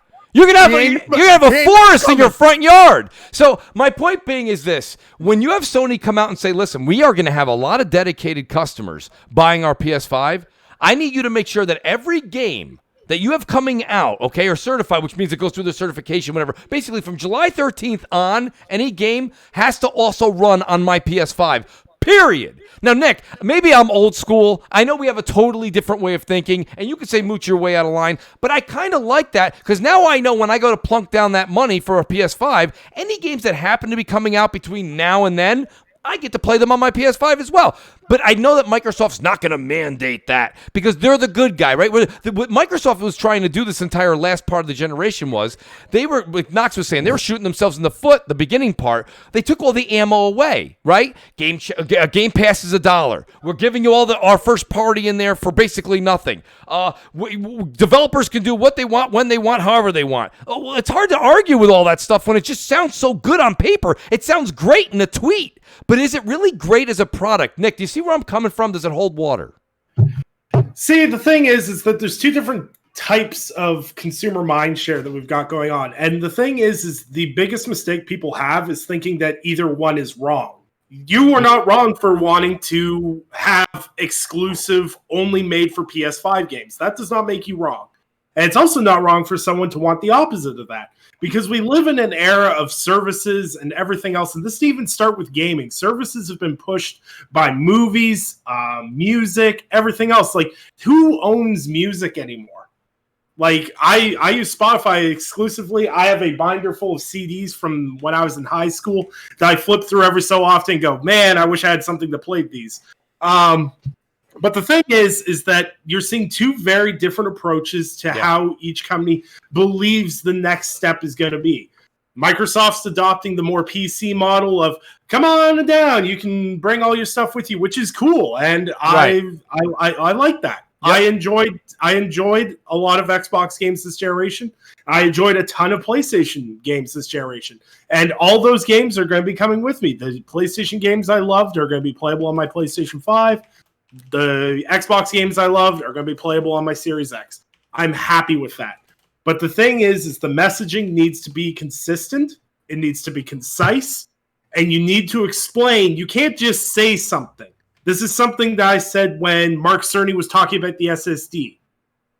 When he was sitting there going, it's the fastest thing ever, it does all this stuff, yada, yada, yada. Would have been cool to have a demo to give us a visual appeal of it. It's the same thing when I kind of rolled my eyes about Phil Spencer, that article that was going around today about Phil Spencer saying, well, we haven't really shown you anything. And it's like, yeah, so show us something. Right. And that's my criticism of both these companies as a whole, is that there's been a lot of pissing match, for lack of a better word, between them about, oh, we can do this. Oh, we can do this. It's like, yeah, show me. Do it. And that's what the PlayStation June event's going to do. They're going to show us. And then the July event, Xbox is going to show us. And then you can pass judgment on, are they making the decisions that I want to make as a consumer of these products? Because the hilarious thing to me is watching people that make videos and do all this YouTube stuff about pro-consumerism and everything else, but seem to get a stick up their ass about backwards compatibility all the time. And it's just, you can't be pro-consumer and then hate it when it's the company you don't like being pro-consumer. Yes, Xbox has a lot of problems that they need to focus on and fix, but I feel like the backwards compatibility thing is a dead horse. You can't beat it any more than it's at.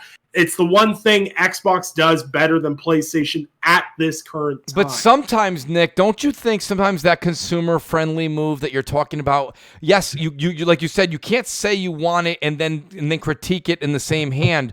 But after a few weeks, months, years of seeing how they're actually doing this, that you see that the quality of the product isn't getting better necessarily, and there's a lot more issues. Like then you start to go, maybe they shouldn't go so consumer friendly, and maybe just focus on making a hell of a product. Listen, there's a lot of things, and I know you guys all give me slack for this with the Apple stuff, but I got to be honest with you, Apple doesn't give a shit what you think. They don't. They do it, dude. And dude, right? You are the customer they want because but listen, you know what's funny? Hashtag courage, Nick. They got rid of the 3.5 millimeter jack, which everyone said was another end of Apple. And now, Xbox gave me shit for that. Now, Xbox 448. They haven't been innovative since Jobs, passed away, and yet you're still in front of the line for every. But what I'm saying though is you don't have to be consumer friendly to put out a great product. Let's back it up. I haven't heard. Hold up. Hey, I haven't. Because you're absolutely right, Mooch. Because at the end of the day, the consumer is supposed to make the informed decision. Right, they make the decision. Right, absolutely. Right.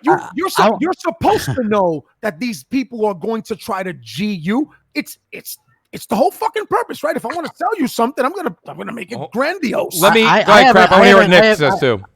I haven't heard anybody say that backwards compatibility was bad. I said it was actually a good thing. It's not bad. Yeah, my only qualm with it was that it's almost exactly how they did with the One X, where they focus so much on this older stuff that they're not really getting you hyped for the future stuff, and that could be for the same reason that we suffered with the One X, which is they didn't put anything out. They really took advantage of it from their first party. They put out Forza and the Gears, and after 3 years, that'll be it. So I think people are myself mostly, concerned with how they're marketing this stuff now. I think that's great that they can do backwards compatibility. I played maybe 5 games backwards compatible, but that's still the thing too. That's the thing. The option's great, but this was a joke we had a long time ago. You remember back before, whenever the new back compact games were all launched and they were released, and they were talking about, right? I used to call it the Twitter thumb celebrities, right? Everybody used to go and grab their 360 game, right? And then they take a picture of their thumb holding the container holding their CD. It was like their thumb celebrity. You're a hand model, right? Yeah, when people were like, "Oh my god, I can't wait to go home and play Left 4 Dead," I was like, "That's a nice thumb you got there." Like my point being is it's like nobody like it was something they popped in. They did it. They took a picture of it real quick. They went tweet. They tweeted it. Look, I'm playing back and pat. Tweet. And then they went back to their game they bought like a week ago. So it sounds like it's more. Go ahead, E. No, because like the thing when I saw it the other day, I was kind of like, and I saw everybody going nuts over it. I'm like, what are we going nuts over? We know that this does this. Right, it does it already. It's like air conditioning. It's air conditioning at this point, right? In the car. I kind of get. I don't know if you guys feel the same way, but sometimes you kind of get the impression like it's like we're gonna throw a bunch of shit at the wall and see what sticks. Thank you, E. This is why E is literally he's always been our common sense. E, we have to have you on weekly. This is what Eric is the voice of reason. By the way. He really is. That's all I'm trying to say here, and I know it's not bashing by all means. I want to say that. Worrywart. So whatever happened to that guy? He is a new worrywart. Worry, if you're out there, we love you. We miss you. We miss you. Put down the weights. Pick up the microphone. Yes. But Nick, go ahead. I do want to hear your point because you said that you wanted to go back and we were maybe missing a point. Yeah, the biggest point is pro-consumerism is something that we've been screaming this whole generation. True. But I think there's past a point of where you go too pro-consumer. Because the thing is, it's like, because in 2013, 2014, I was doing YouTube videos. Everyone was. And we were all making these videos. We were mad at EA. We were mad at Activision because they're taking all our money. And we were so mad at them. Make us pay for seasons passes and all this nonsense. And it was a well-directed anger. It made sense, right? Yes. And then we fought against EA. We fought against Activision. They were like, hey, look, you know what? Seasons passes are now free. That's a win. Because they sat there and went, if we give seasons passes away for free, make cosmetics microtransactional and make them completely optional, people, since they're not buying the expansion DLCs, are more likely to spend money on cosmetics. And they found by removing the seasons pass and adding cosmetics, they actually made more money. Well, giving the illusion on the game. Depending on the game, because Battlefield completely wet the bed ever since they let their season pass go. Yeah, well, but hold on. Do you guys mean remove season pass or remove DLC? Because I haven't seen season passes go anywhere. DLC has gone the way of the dodo. Well, no, like if you look at something like how Call of Duty had their pass, they basically but that used to be DLC. Is what I mean. No, like, it was a season pass. It was a season pass, I believe. It was a season pass. It was a pass for $50. Now you might be equating it when you could buy the DLC separately. You could buy. That's what I'm saying. You could buy it separately, but they made. What I'm saying is back in the days, you could get like 10 maps for like 15, 20 yuckers. And that was back in 2008, though, sir. Yeah, but they stopped doing that a long time ago. But I'm saying, do we benefit from them stopping doing that? Is what you know what I mean? Like right now, they sell us these seasons. They sell us these seasons that give us a lot less, and they do it more frequently throughout the year. Look at Bungie. Bungie charges you $10 a season. That's 30 yuckers, and then they're gonna drop their bomb shit. You know what I mean? That's gonna be another 40. Bungie's another trash. 40 yuckers. This is hold on. The way they gouge.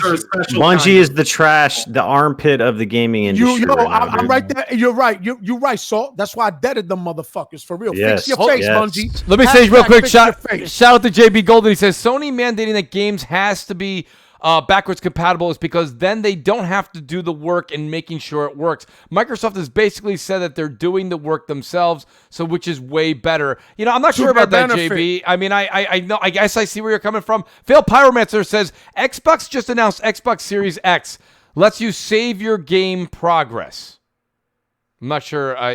That's a feature that already exists. Is basically what he's saying. Because you can save your game progress. All right. I mean, unless he means it's carrying it over from generation, but doesn't matter. It's on the cloud anyway. He was saying earlier in the chat. He was saying Xbox forces HDR on Netflix, which is a streaming thing or whatnot. It has Yeah, it does do it, but I think it's a Netflix setting. You just can't change it on Netflix. Well, let's do this, guys. Let's talk games for a second here. And I mean, it's not like it. Well, I mean, hold on, I don't think it's your. I'm not sure it's your bag. I hope it is one day because I still think it's the game of the generation to be. I got to be honest with you, Last of Us 2, man.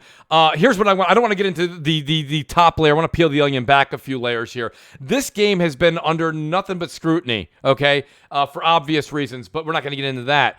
But the one thing that people were always saying was, well, I'm not going to buy it. I'm not going to do this. And now I saw a lot of people on social media saying basically, wow, that game looked absolutely phenomenal. And Neil Druckmann even said himself, don't worry, even though we're showing you a lot of content, we haven't even peeled that first layer of the onion. You guys got a lot of this game left. And Troy Baker said such on his podcast. I mean, this game for me personally, you guys know this. I absolutely love it. It's a game that, like, to even get... I think it's whether it be the 100 or even the platinum on that game, you have to play it 2, 3, 4, 5 times at least. I played it at least 5, 6 times through. My point, unless you glitch it like me. Unless you, there you go, Sauce. I love it. But I mean, but nonetheless, though, right? It's still a wonderful game, and this may just be something where again we're ending the generation with nothing but amazing. Forte, what do you think? What was your take when you saw it? Because I know, like, you're extremely passionate about all games. What was your take on what you saw? Was it what you just expected from Naughty Dog, or was this something where you said, it's not my bag? Oh no, that's exactly what I expected. I mean, people didn't know, but they finally showed off the part that I actually got a chance to see when I was at conference that I had tweeted about. It was like buried in that gameplay reveal, and I was like, oh, there it is right there. And it was like pretty incredible to finally see that.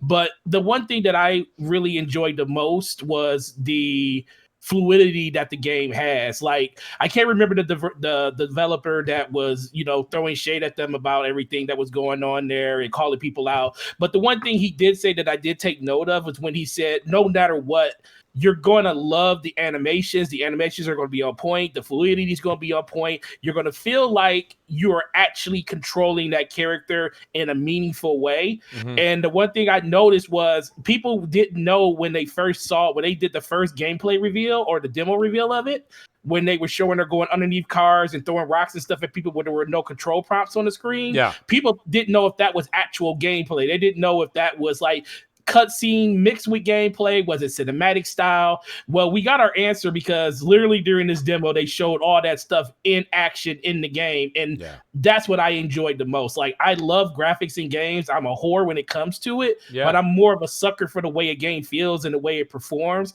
So I took that big part away from it more than anything. And the one thing, like you just said, like the people that said we weren't going to buy the game, I'm canceling my pre-order and all this other stuff. Yeah, I knew that was like some false disease right there, because most people, they're just false disease. That's a new word.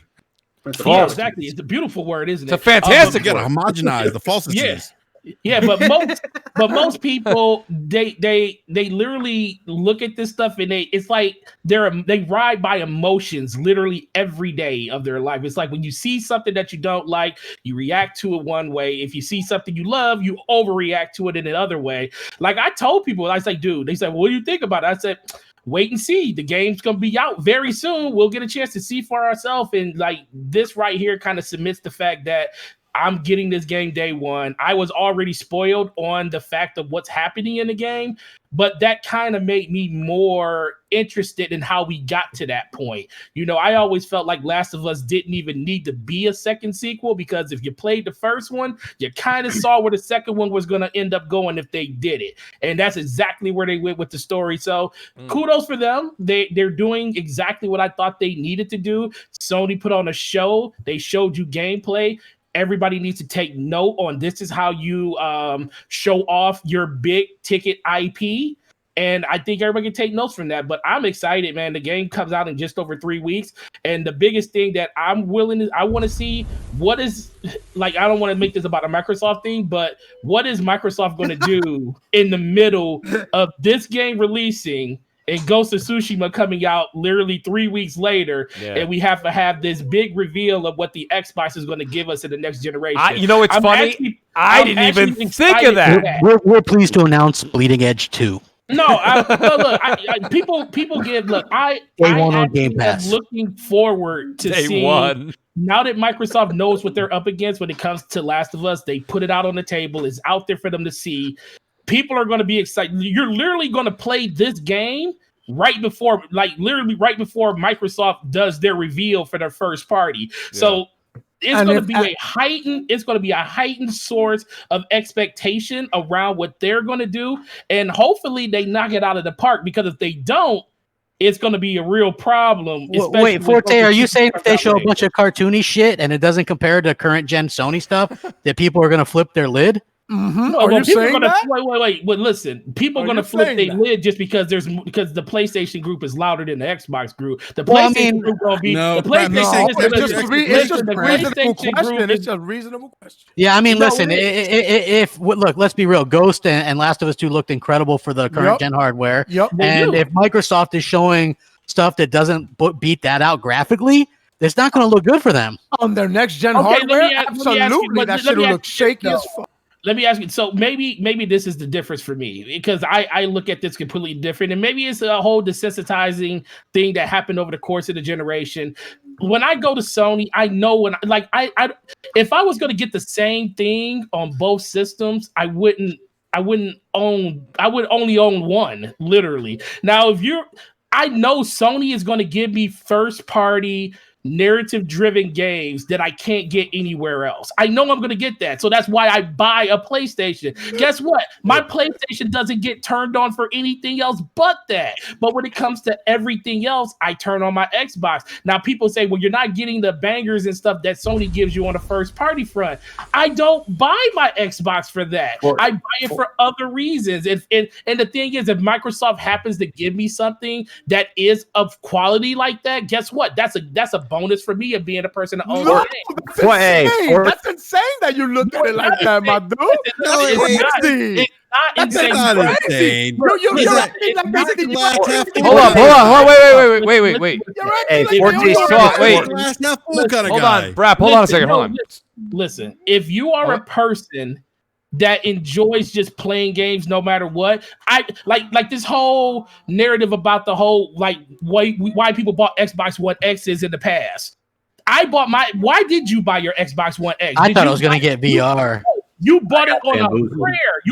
I told you do not buy. When we were on BRAP, when this X came out, I said, do not buy an Xbox One X on a prayer.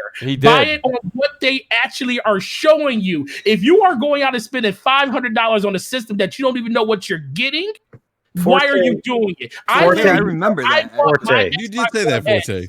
Listen, I bought my Forte plays Destiny 2, dude. We can't take his word. Anyone that bought an X should have been educated going in. You know what I mean? The only reason Forte's PS4 doesn't get turned on because he's playing that dog shit Destiny 2 on Stadia. You know what I'm saying? Stadia, come on! Leave Stadia out of it. Does it work, Mooch? Yeah, absolutely. Hey, by the way, a special request from Slow Mo Backslap. He wants Forte to say fallacy.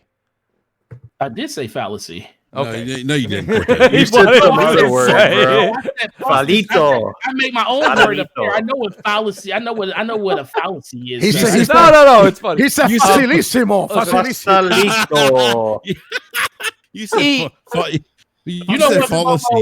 I'll call you later because you already want to start and you ain't. Oh shit! In the chat, so you already know. Shout out to Elemental PO who's here. He says, "Last of Us looks fantastic, but man, thinking of that download or install from 2 Blu-rays is a little cringy." Elemental PO, all that tells me is I'm getting my bang for my buck. Ryan Landy says, "I prefer Sony's definition of gameplay."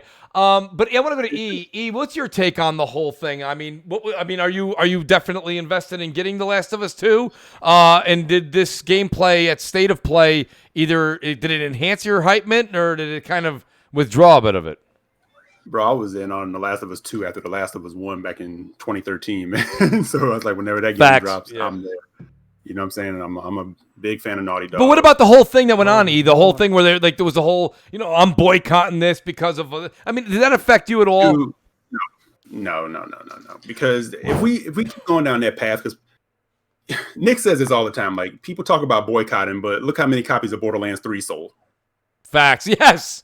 Borderlands 3, the biggest front and the biggest fraud thing that goes on in our little. I'm throwing up air quotes, community is I'm boycotting this, I'm boycotting that, and then a lot of tweets get deleted. Guaranteed a lot of tweets got deleted when they showed that. Well, how many people say they're not playing Call of Duty every year? Exactly. And then Call of Duty destroyed. Exactly. Yeah. So no, I don't understand that whole boycott wave. Like I'm sure there are people who are probably like, yeah, I'm gonna back down or whatever, that's fine. But if you have to run out and tweet that you're going to do something instead of just doing the action, then you're pretty much fronting. That's how is all now with Sony having back-to-back State of Plays though, guys, with Ghost of Tsushima and then also of course Last of Us 2. Are they putting themselves in a predicament now where everyone, and we've all said it even on this panel, we're like, well, that's how you show it. This is how you show a game. So now when we have right, well, it is. No, it absolutely is. Everybody was 100% correct. But now are we all going to have to take a step back for Xbox and PlayStation? Because when we go to see the games that are coming, whether it be the June 4th showing, and I'm talking about first party here. Well, did you hear that Sony was reluctant? They had multiple shows planned, but they didn't want to do cheesy looking shows. They didn't want to do, for better sense of a comparison, they didn't want to do show like Inside Xbox was doing with like Greenberg on a potato camera. They want like a professional done show, and I don't blame them. You're talking about you're the world's richest company. Studio, bro. Yeah, you're the world's richest company, and you got Greenberg on a PlayStation iToy. Yeah. Like, you know what I mean? Come on, with a bad Photoshop of a fridge behind that was cheesy and bad. Come on. I will say Sony did want to show. The thing with Sony is that they really did want to show games running on the actual PlayStation 5, not like something behind the scenes that was a PlayStation 5, like a dev kit per se. They actually want to show games running on the actual retail version of PS5, and I think we're going to see that June 4th, from what I understand. But that's always been the intent for them to show off the actual console. They wanted to get the console in the hands of gamers. The retail version. My dude, they not. By the way, they have to show. They're gonna get you hype on. Look, they using that current gen shit to kill Microsoft's next gen shit, bro. Yeah, I mean that does work, but Sony does have to show the console just for reasons because they're about to mass produce that thing and people are going to leak it anyway. So it'd rather for them to show off. In my opinion. I mean, that's a good side question. Do we think we're going to see the console on June 4th? I don't know if we'll see. It has to be seen somewhere then because they're ramping up production on this thing. You won't get a price. No price. I wouldn't do a price until Sony won't do a price. They will, no matter what Microsoft does. If Microsoft does it for $1, Sony will be 50 cents. I guarantee you. They're not going. They're going to undercut them. They're going to undercut them. I agree. Mooch, we'll see games running on PS5 on June 4th. They also again. They almost did the same thing. Maybe not on as big a scale that they did against Microsoft with this is how you share a game, right? That little schmarmy thing, like. They almost did the same thing because people were so pissed at Microsoft for not showing stuff, and now you find out that Scorn wasn't Xbox Series X gameplay; it was a RXT8, whatever the hell that is, right? So it's like they're very, persistent now with what we've seen is Sony wants games shown off running on the PS5, and so that's the way you got to do it. People want to see that stuff, like good, bad, the ugly, whatever. Don't sell us a lie, sell us on what it is, Like I think that's the best thing that you can do. If it's not going to be a huge upgrade, then don't say it's a huge upgrade. But from all things that I've seen so far anyway, just show the stuff running on the hardware. These things are supposed to be out in 5 months. Yep. Why can't we not see games on them? No, you're 100% right. I got my number. One quick say Juno's, and you're next. Juno's 23 says 825 gigabyte 7 AAA games. So if you got Ghost, The Last of Us 2, you have room for 5 games in your external lacking some performance SSD day one purchase, right?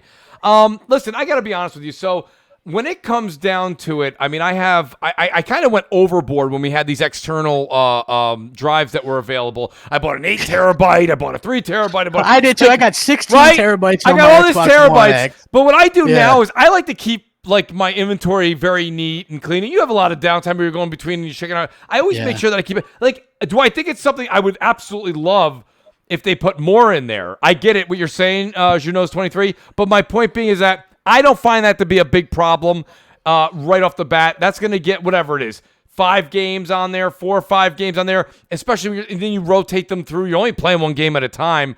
It's going to be the same problem for Xbox. I mean, people are going to have to delete the games are compressed too now. Right, but 825 gigabytes. But you can keep it on the cloud. It's all good. Versus 1 terabyte. It's really you're almost splitting hairs. What are you talking about? Like a quarter of a game, or it's not that big of a deal. So I mean, or no, it's like 2 games. It's about 2 games, right? Would you guys say maybe 3 games? We don't know what the downloads are going to require for these big games next generation. So it's crazy. But the games are all Did they say that they're going to be on Blu-ray still? Did they even confirm? It's that double 4K Blu-ray. Yeah, they can hold like 100 gigs or something. You're probably going to see more I think you're going to see more of what Final Fantasy did, where you're going to see the double disc, where one disc the install disc, the other one is the game. Is that all? That's what The Last of Us 2 is doing as well, right? Yeah, that's what I think you're going to see, especially since the disc holds double the layers, double the data. I think that's all they're going to do is just say the mass parts of the data is going to be on one disc. Right. So. I completely agree. So X-Man says, do people even know Xbox has backwards compatibility, the casuals? I think the word is out. Like I said, I think backwards the backwards compatibility is out there.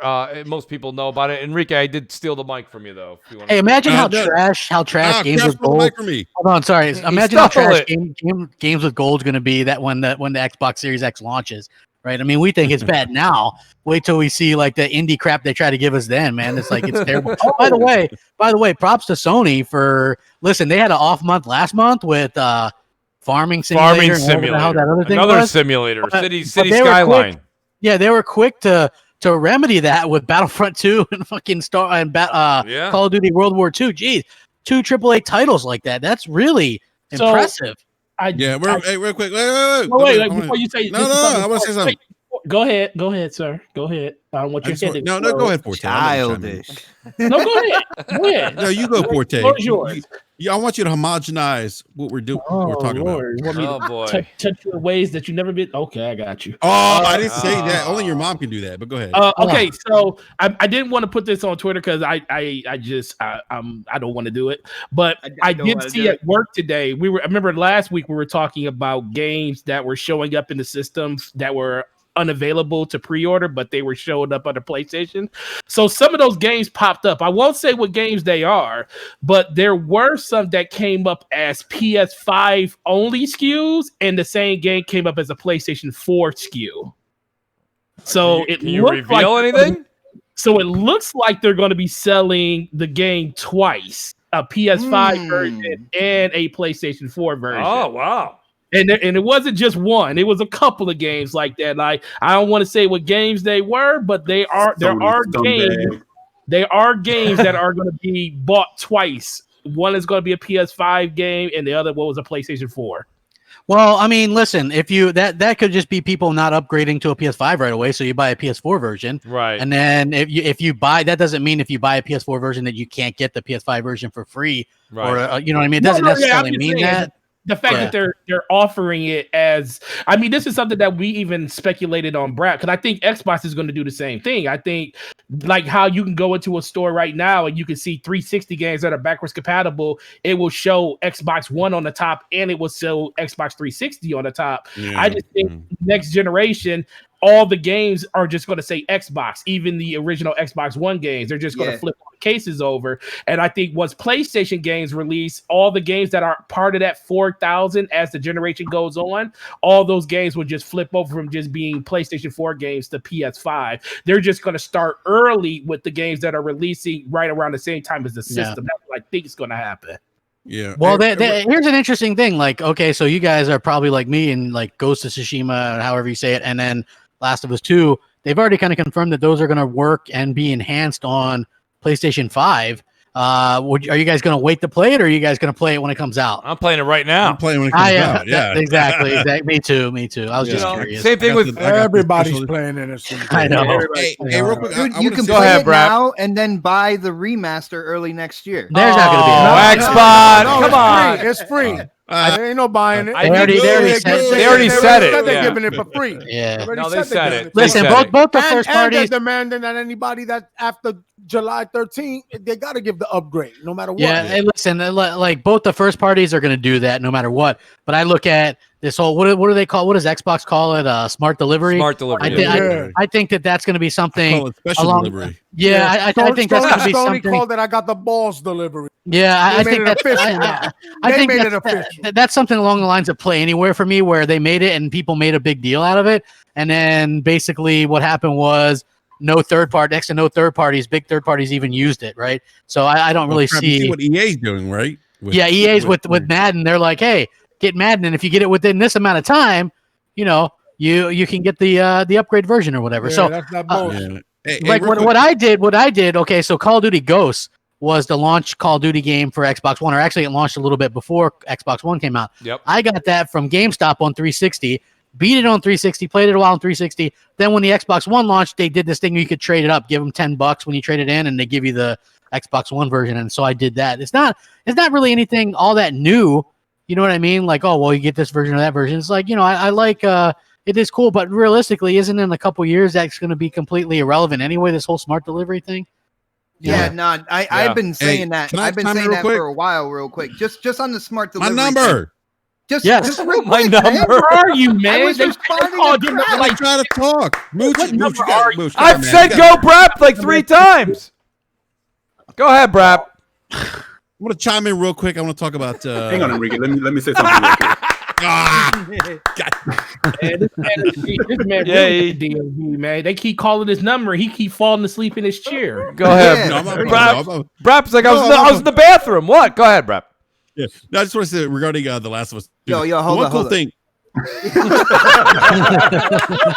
gonna let you finish, but hold on. You know what? Yeah, hold on right quick. Yeah, hold on. Oh my god! All right, so The Last of Us 2. The one thing I'll say this is the one thing I liked about. Who that?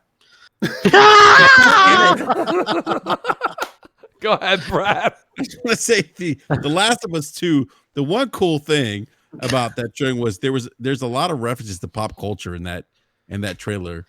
If you guys didn't know, they were playing a Vita. Holy shit! Yeah, a Vita. They killed the last Vita owner. Yeah, they did. Today's a good day. And they played Ice Cube.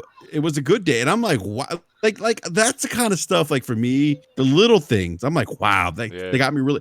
It's great. I mean, like the game looked great, but like Ice Cube's, it was a good day, and then the Vita stuff.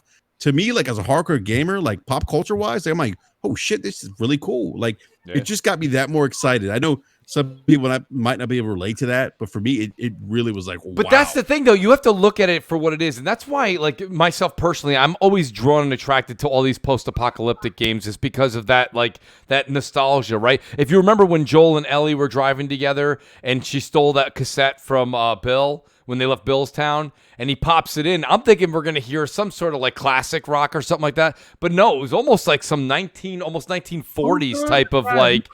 Right, it was really, really like this vintage music, and he goes, "You know what? This will do this." Yeah, but it wasn't even that. It was legitimately like old school 1940s, 1950s music.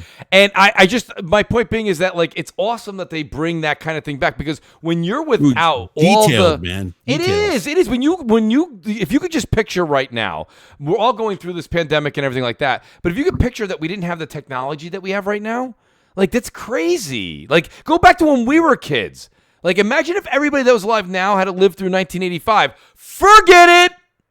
There's no way, dude. We all entertained ourselves. We were crazy. Like, it was insane. We used to play, like, just like wiffle ball. We kept our own stats, right? We kept our own stats after we'd hit, and then we'd run, and, like, sometimes we had to, like, go second baseman or go this and that. Like, you know what I mean? It was like we still kept our own. Like, it seems like kids these days don't do that. You know what I'm saying? They don't understand all that. This is amazing. When you see, like, the preservation and the nostalgia they're able to bring back in these post-apocalyptic games, that's something that I genuinely look forward to. So I agree with you guys, man. That's something that's just amazing about that game. And we're a little limited on time, but crap, you did a video on it, and you also did a solo cast on it. And I thought this was this was really interesting. I want to bring up there is a huge Sega announcement. Now, originally, that they said that they were going to have theirs on the 4th of June, and then the leak was that it was going to be on the 4th of June, and then I was hearing that the leak originally for Sony was going to be on the 3rd. Now they're both on the 4th. Or at least rumored with the Sega one to be on the 4th. Yeah. Do you think that these? I know you're pretty high on it. Do you think that these are tied? I don't. Well, it could be. I don't. Here's the thing. I don't really believe in coincidences for that stuff. But it's like we don't really specifically know what it is. Like, is it did somebody buy an IP? Is there some kind of deal struck? Is there I doubt somebody bought them. To be honest with you, I mean, I even said that. I'm like, listen, I doubt either of these companies bought them. For one, it doesn't really make much sense unless like Sony were in deep concern that maybe Google might buy them or, Amazon, right? So as Amazon and Google maybe ramp up to try to do this this gaming thing, they might go to companies like that and try to buy them. So that might be the only instance. I believe that's probably what forced Sony to buy Insomniac, right? But at the same time, to me, I think this is just some kind of deal, something big. But I don't think, for one, there's no way that Xbox bought them. First of all, I think there's some kind of ramification, like an American company can't buy a Japanese company. Can't really work like that. Extremely difficult. Yeah, and not only that, but how do you pitch that? Yeah, but how do you pitch that to your investors? Okay, we're gonna sell our company to an American company that has no presence whatsoever in Japan or in Asian territories, and they're gonna, what would be the point of that? Like Microsoft gonna make those exclusive that nobody's gonna buy them, So there's rumors of Amazon making big moves in gaming. Or attempting that's what Amazon released a big game that no one noticed. By the way, what game was that? I forget the name of it. But you forget the name because nobody cares. No, actually, hey, I heard that was a good game though. I read an article that said Amazon's first AAA. First AAA is good. Crap! It was an online multiplayer, and they put a lot of money to it. And no one heard about it. I think I don't know, it was VentureBeat or Business Insider talked about this. Yeah, it's like a Battleborn clone, they said. Yeah, so and like it was like they put a lot of money to it, and it is crickets big time. David Jaffe actually tweeted about this. Is it Crucible or is it? Yes. No, hold on. Yeah, no, it's an online. That's a free to play shooter. I thought that was it. You'd have to Google it, but it's called Crucible. Okay, it is Crucible. It's it. Okay, yeah. But I mean, that's my thing, and we don't know what. It's always funny. Don't get me started on a Stadia rant here, but I mean, everyone was like, let's see what Amazon's got cooking. All of a sudden, everybody's excited about Amazon. Stadia's new games. They're coming out this fall. Give them some time. We've given Xbox 7 years. We can't give Google a couple more months? Listen, let's leave Stadia out of it right now. That's my whole point, guys. What an outstanding show here. We are at about the 9 o'clock. Outstanding. Hey, if you missed that beginning, man, I killed it till the power went out. I'll tell you. Internet. Yeah, I did too, man. My power went out. I was like, damn, Mooch. Right in the middle of, man, I was hearing Salty and a bot go back and forth, and I was like, damn, this is good. And then my power went out. Well, that's all right. You know what, E. Jackson, can you send Crap somewhere else to move in Florida, please? I would just like to move him just slightly up north. We get these damn storms, man, when it gets hot out here, man. We get these daily storms in the afternoon. It's crazy, man. And then like watch to them, man. Yep, it's crazy, like every evening, man. But it does keep it a little bit cooler in the afternoon. But it's like video game store. Yeah, exactly, dude. It's been crazy. So man, he's not lying, man. It looks like the nothing when it starts to form. It does, man. You're like, whoa, damn, that's cool. You get some nice colors. Those ominous clouds. Yeah, it's like you get used to it though. But it's like, and it's not like the power doesn't usually go out long. It just blips it. It pisses me off because my computer takes forever to fucking restart. So it's like a pain in the ass. You know what I mean? No, I hear you, Crebo. I'm glad you were able to come back when you said your power went out. Quick, go ahead, Brap. Go. I just want to say a number. I got my number. I'm raising my hand. Go ahead. Warzone duos. Let's go. All right, there it is, guys. Hey, Mooch, can you do me a favor? Let me do my outro first, man, because I really do gotta go. Okay, Crap. Go ahead. Absolutely. Crap Gamer, please do. Yes. Crap Gamer reviews. Always fun to do these shows, man. Listen, it was a packed panel tonight. Nothing but respect for everybody on the panel. We go back and forth. I like all the guys here, their own opinions, even if they differ from mine. It's good that you can go back and forth like that. I always feel that absolutely podcasts are much more interesting when people don't have the same opinion than as a big circle jerk where everybody's like, yes, great, everything's great, perfect, great, like that's not fun to listen to. Everybody kept it respectful. It was funny. Good show. I appreciate you guys. You guys all have a great night, man. Make sure you sub the Mooch, man. He's closing in. So I appreciate that. Awesome. Thank you, Crap. And the Crap Gamer reviews, everybody. Do check Peace out out, guys. Thank you very much, man. Pleasure doing this with you guys. Thank Later, you, guys. Later. Peace, Crap.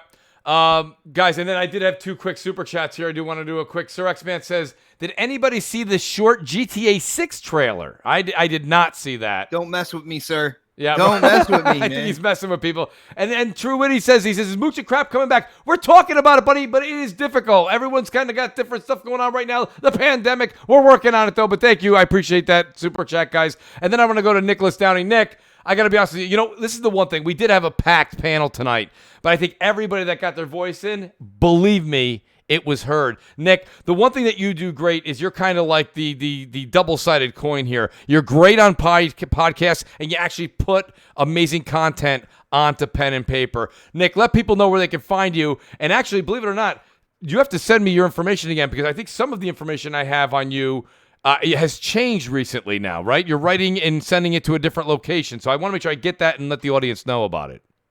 Absolutely. And everyone can follow me on Twitter at Undead3XVI. You'll see anything I write, wherever I write, and the videos I do and whatnot.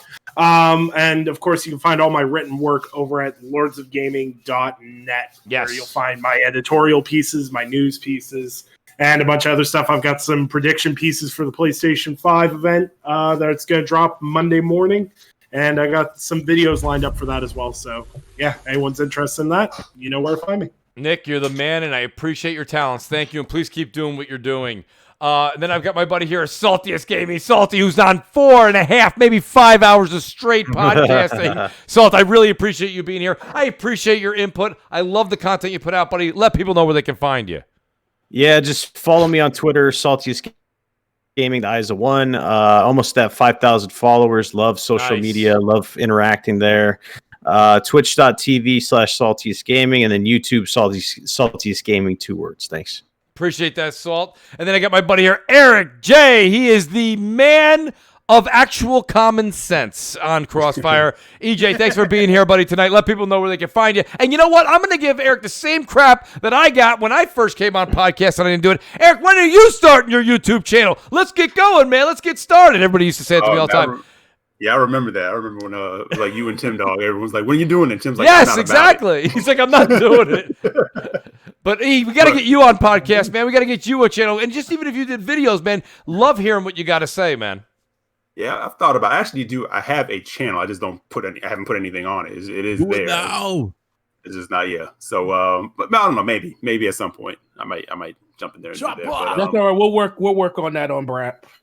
It's about to happen. I can feel it already. It's starting. Yeah, Eric. All jokes aside, you should do it, man. Like you offer a very, like, like just a level-headed perspective on things. You know, like Eric. Like a lot of people, Eric and I talk on the phone. Eric even calms me down. I was like, Brad, you got Xbox. Like you would literally be the polar opposite of Mooch's channel. Yeah, you'd be calm.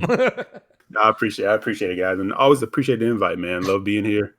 It's always a blast. Listen, you're always welcome, E. Lots to learn from you, man. And a lot of people should. I have his information up. Do follow Eric on Twitter, man. Literally, the same stuff he's doing on the show, he does in print, man. So follow him, check him out. E, thanks for being here tonight, man. It means a lot. Always, man. Always. And then I got my buddy. Make sure you have teraflops too. Tex, Eric, all the fun teraflops. Oh yeah. You want to get me going? Yeah. Talk to me about specs. That's what it's all about, right? Yeah, tell me that the specs are more important than the games, and we'll have a talk. It's all about that 12 channel control for the memory, man. Right. It's about blast processing. Oh my God. Give me all your acronyms. Shout out to E. And then I've got my buddy here. Brap Basement Radio Arcade Podcast. Enrique, buddy, let people know where they can find you, and thank you for being here tonight. Woo! Hey, you know what, Mooch? Always a play. Woo! Woo! Woo! Woo! Woo! Woo! All I gotta say is duos, Warzone, woo! Woo! Make it happen. And by the way, if you guys want to follow us, Brap_podcast on Twitter and on YouTube, Basement Radio Arcade Podcast. And I just want to say something. Mooch. Yes. Well, hold on. 10 minutes. Duos. Let's do it. Let's go. Woo! And let's get blades on. Actually, let's do trios. Let's get blades. Why on. not? They got duos, they got Blades? singles, Where's they got Blades? trios, they got quads. Where's Everybody's Blades? there. Who knows? You guys Where's are Blades? starting to sound like oh snaps with Fortnite, and that that's it. I'm telling you, just, man. You know what? It's a problem. Hey, Bot, can we get snaps on Warzone? No, you can't. You can play Fortnite with her though. No, let's get snaps on Warzone. Let's make it. Woo! Let's do it. Woo! Let's do it. All right, Enrique, thank you. And then I got my buddy here, D Knox, who definitely might have got top billing on the yelling tonight. Noxie, let people know where they can find you, buddy, and thanks for being here.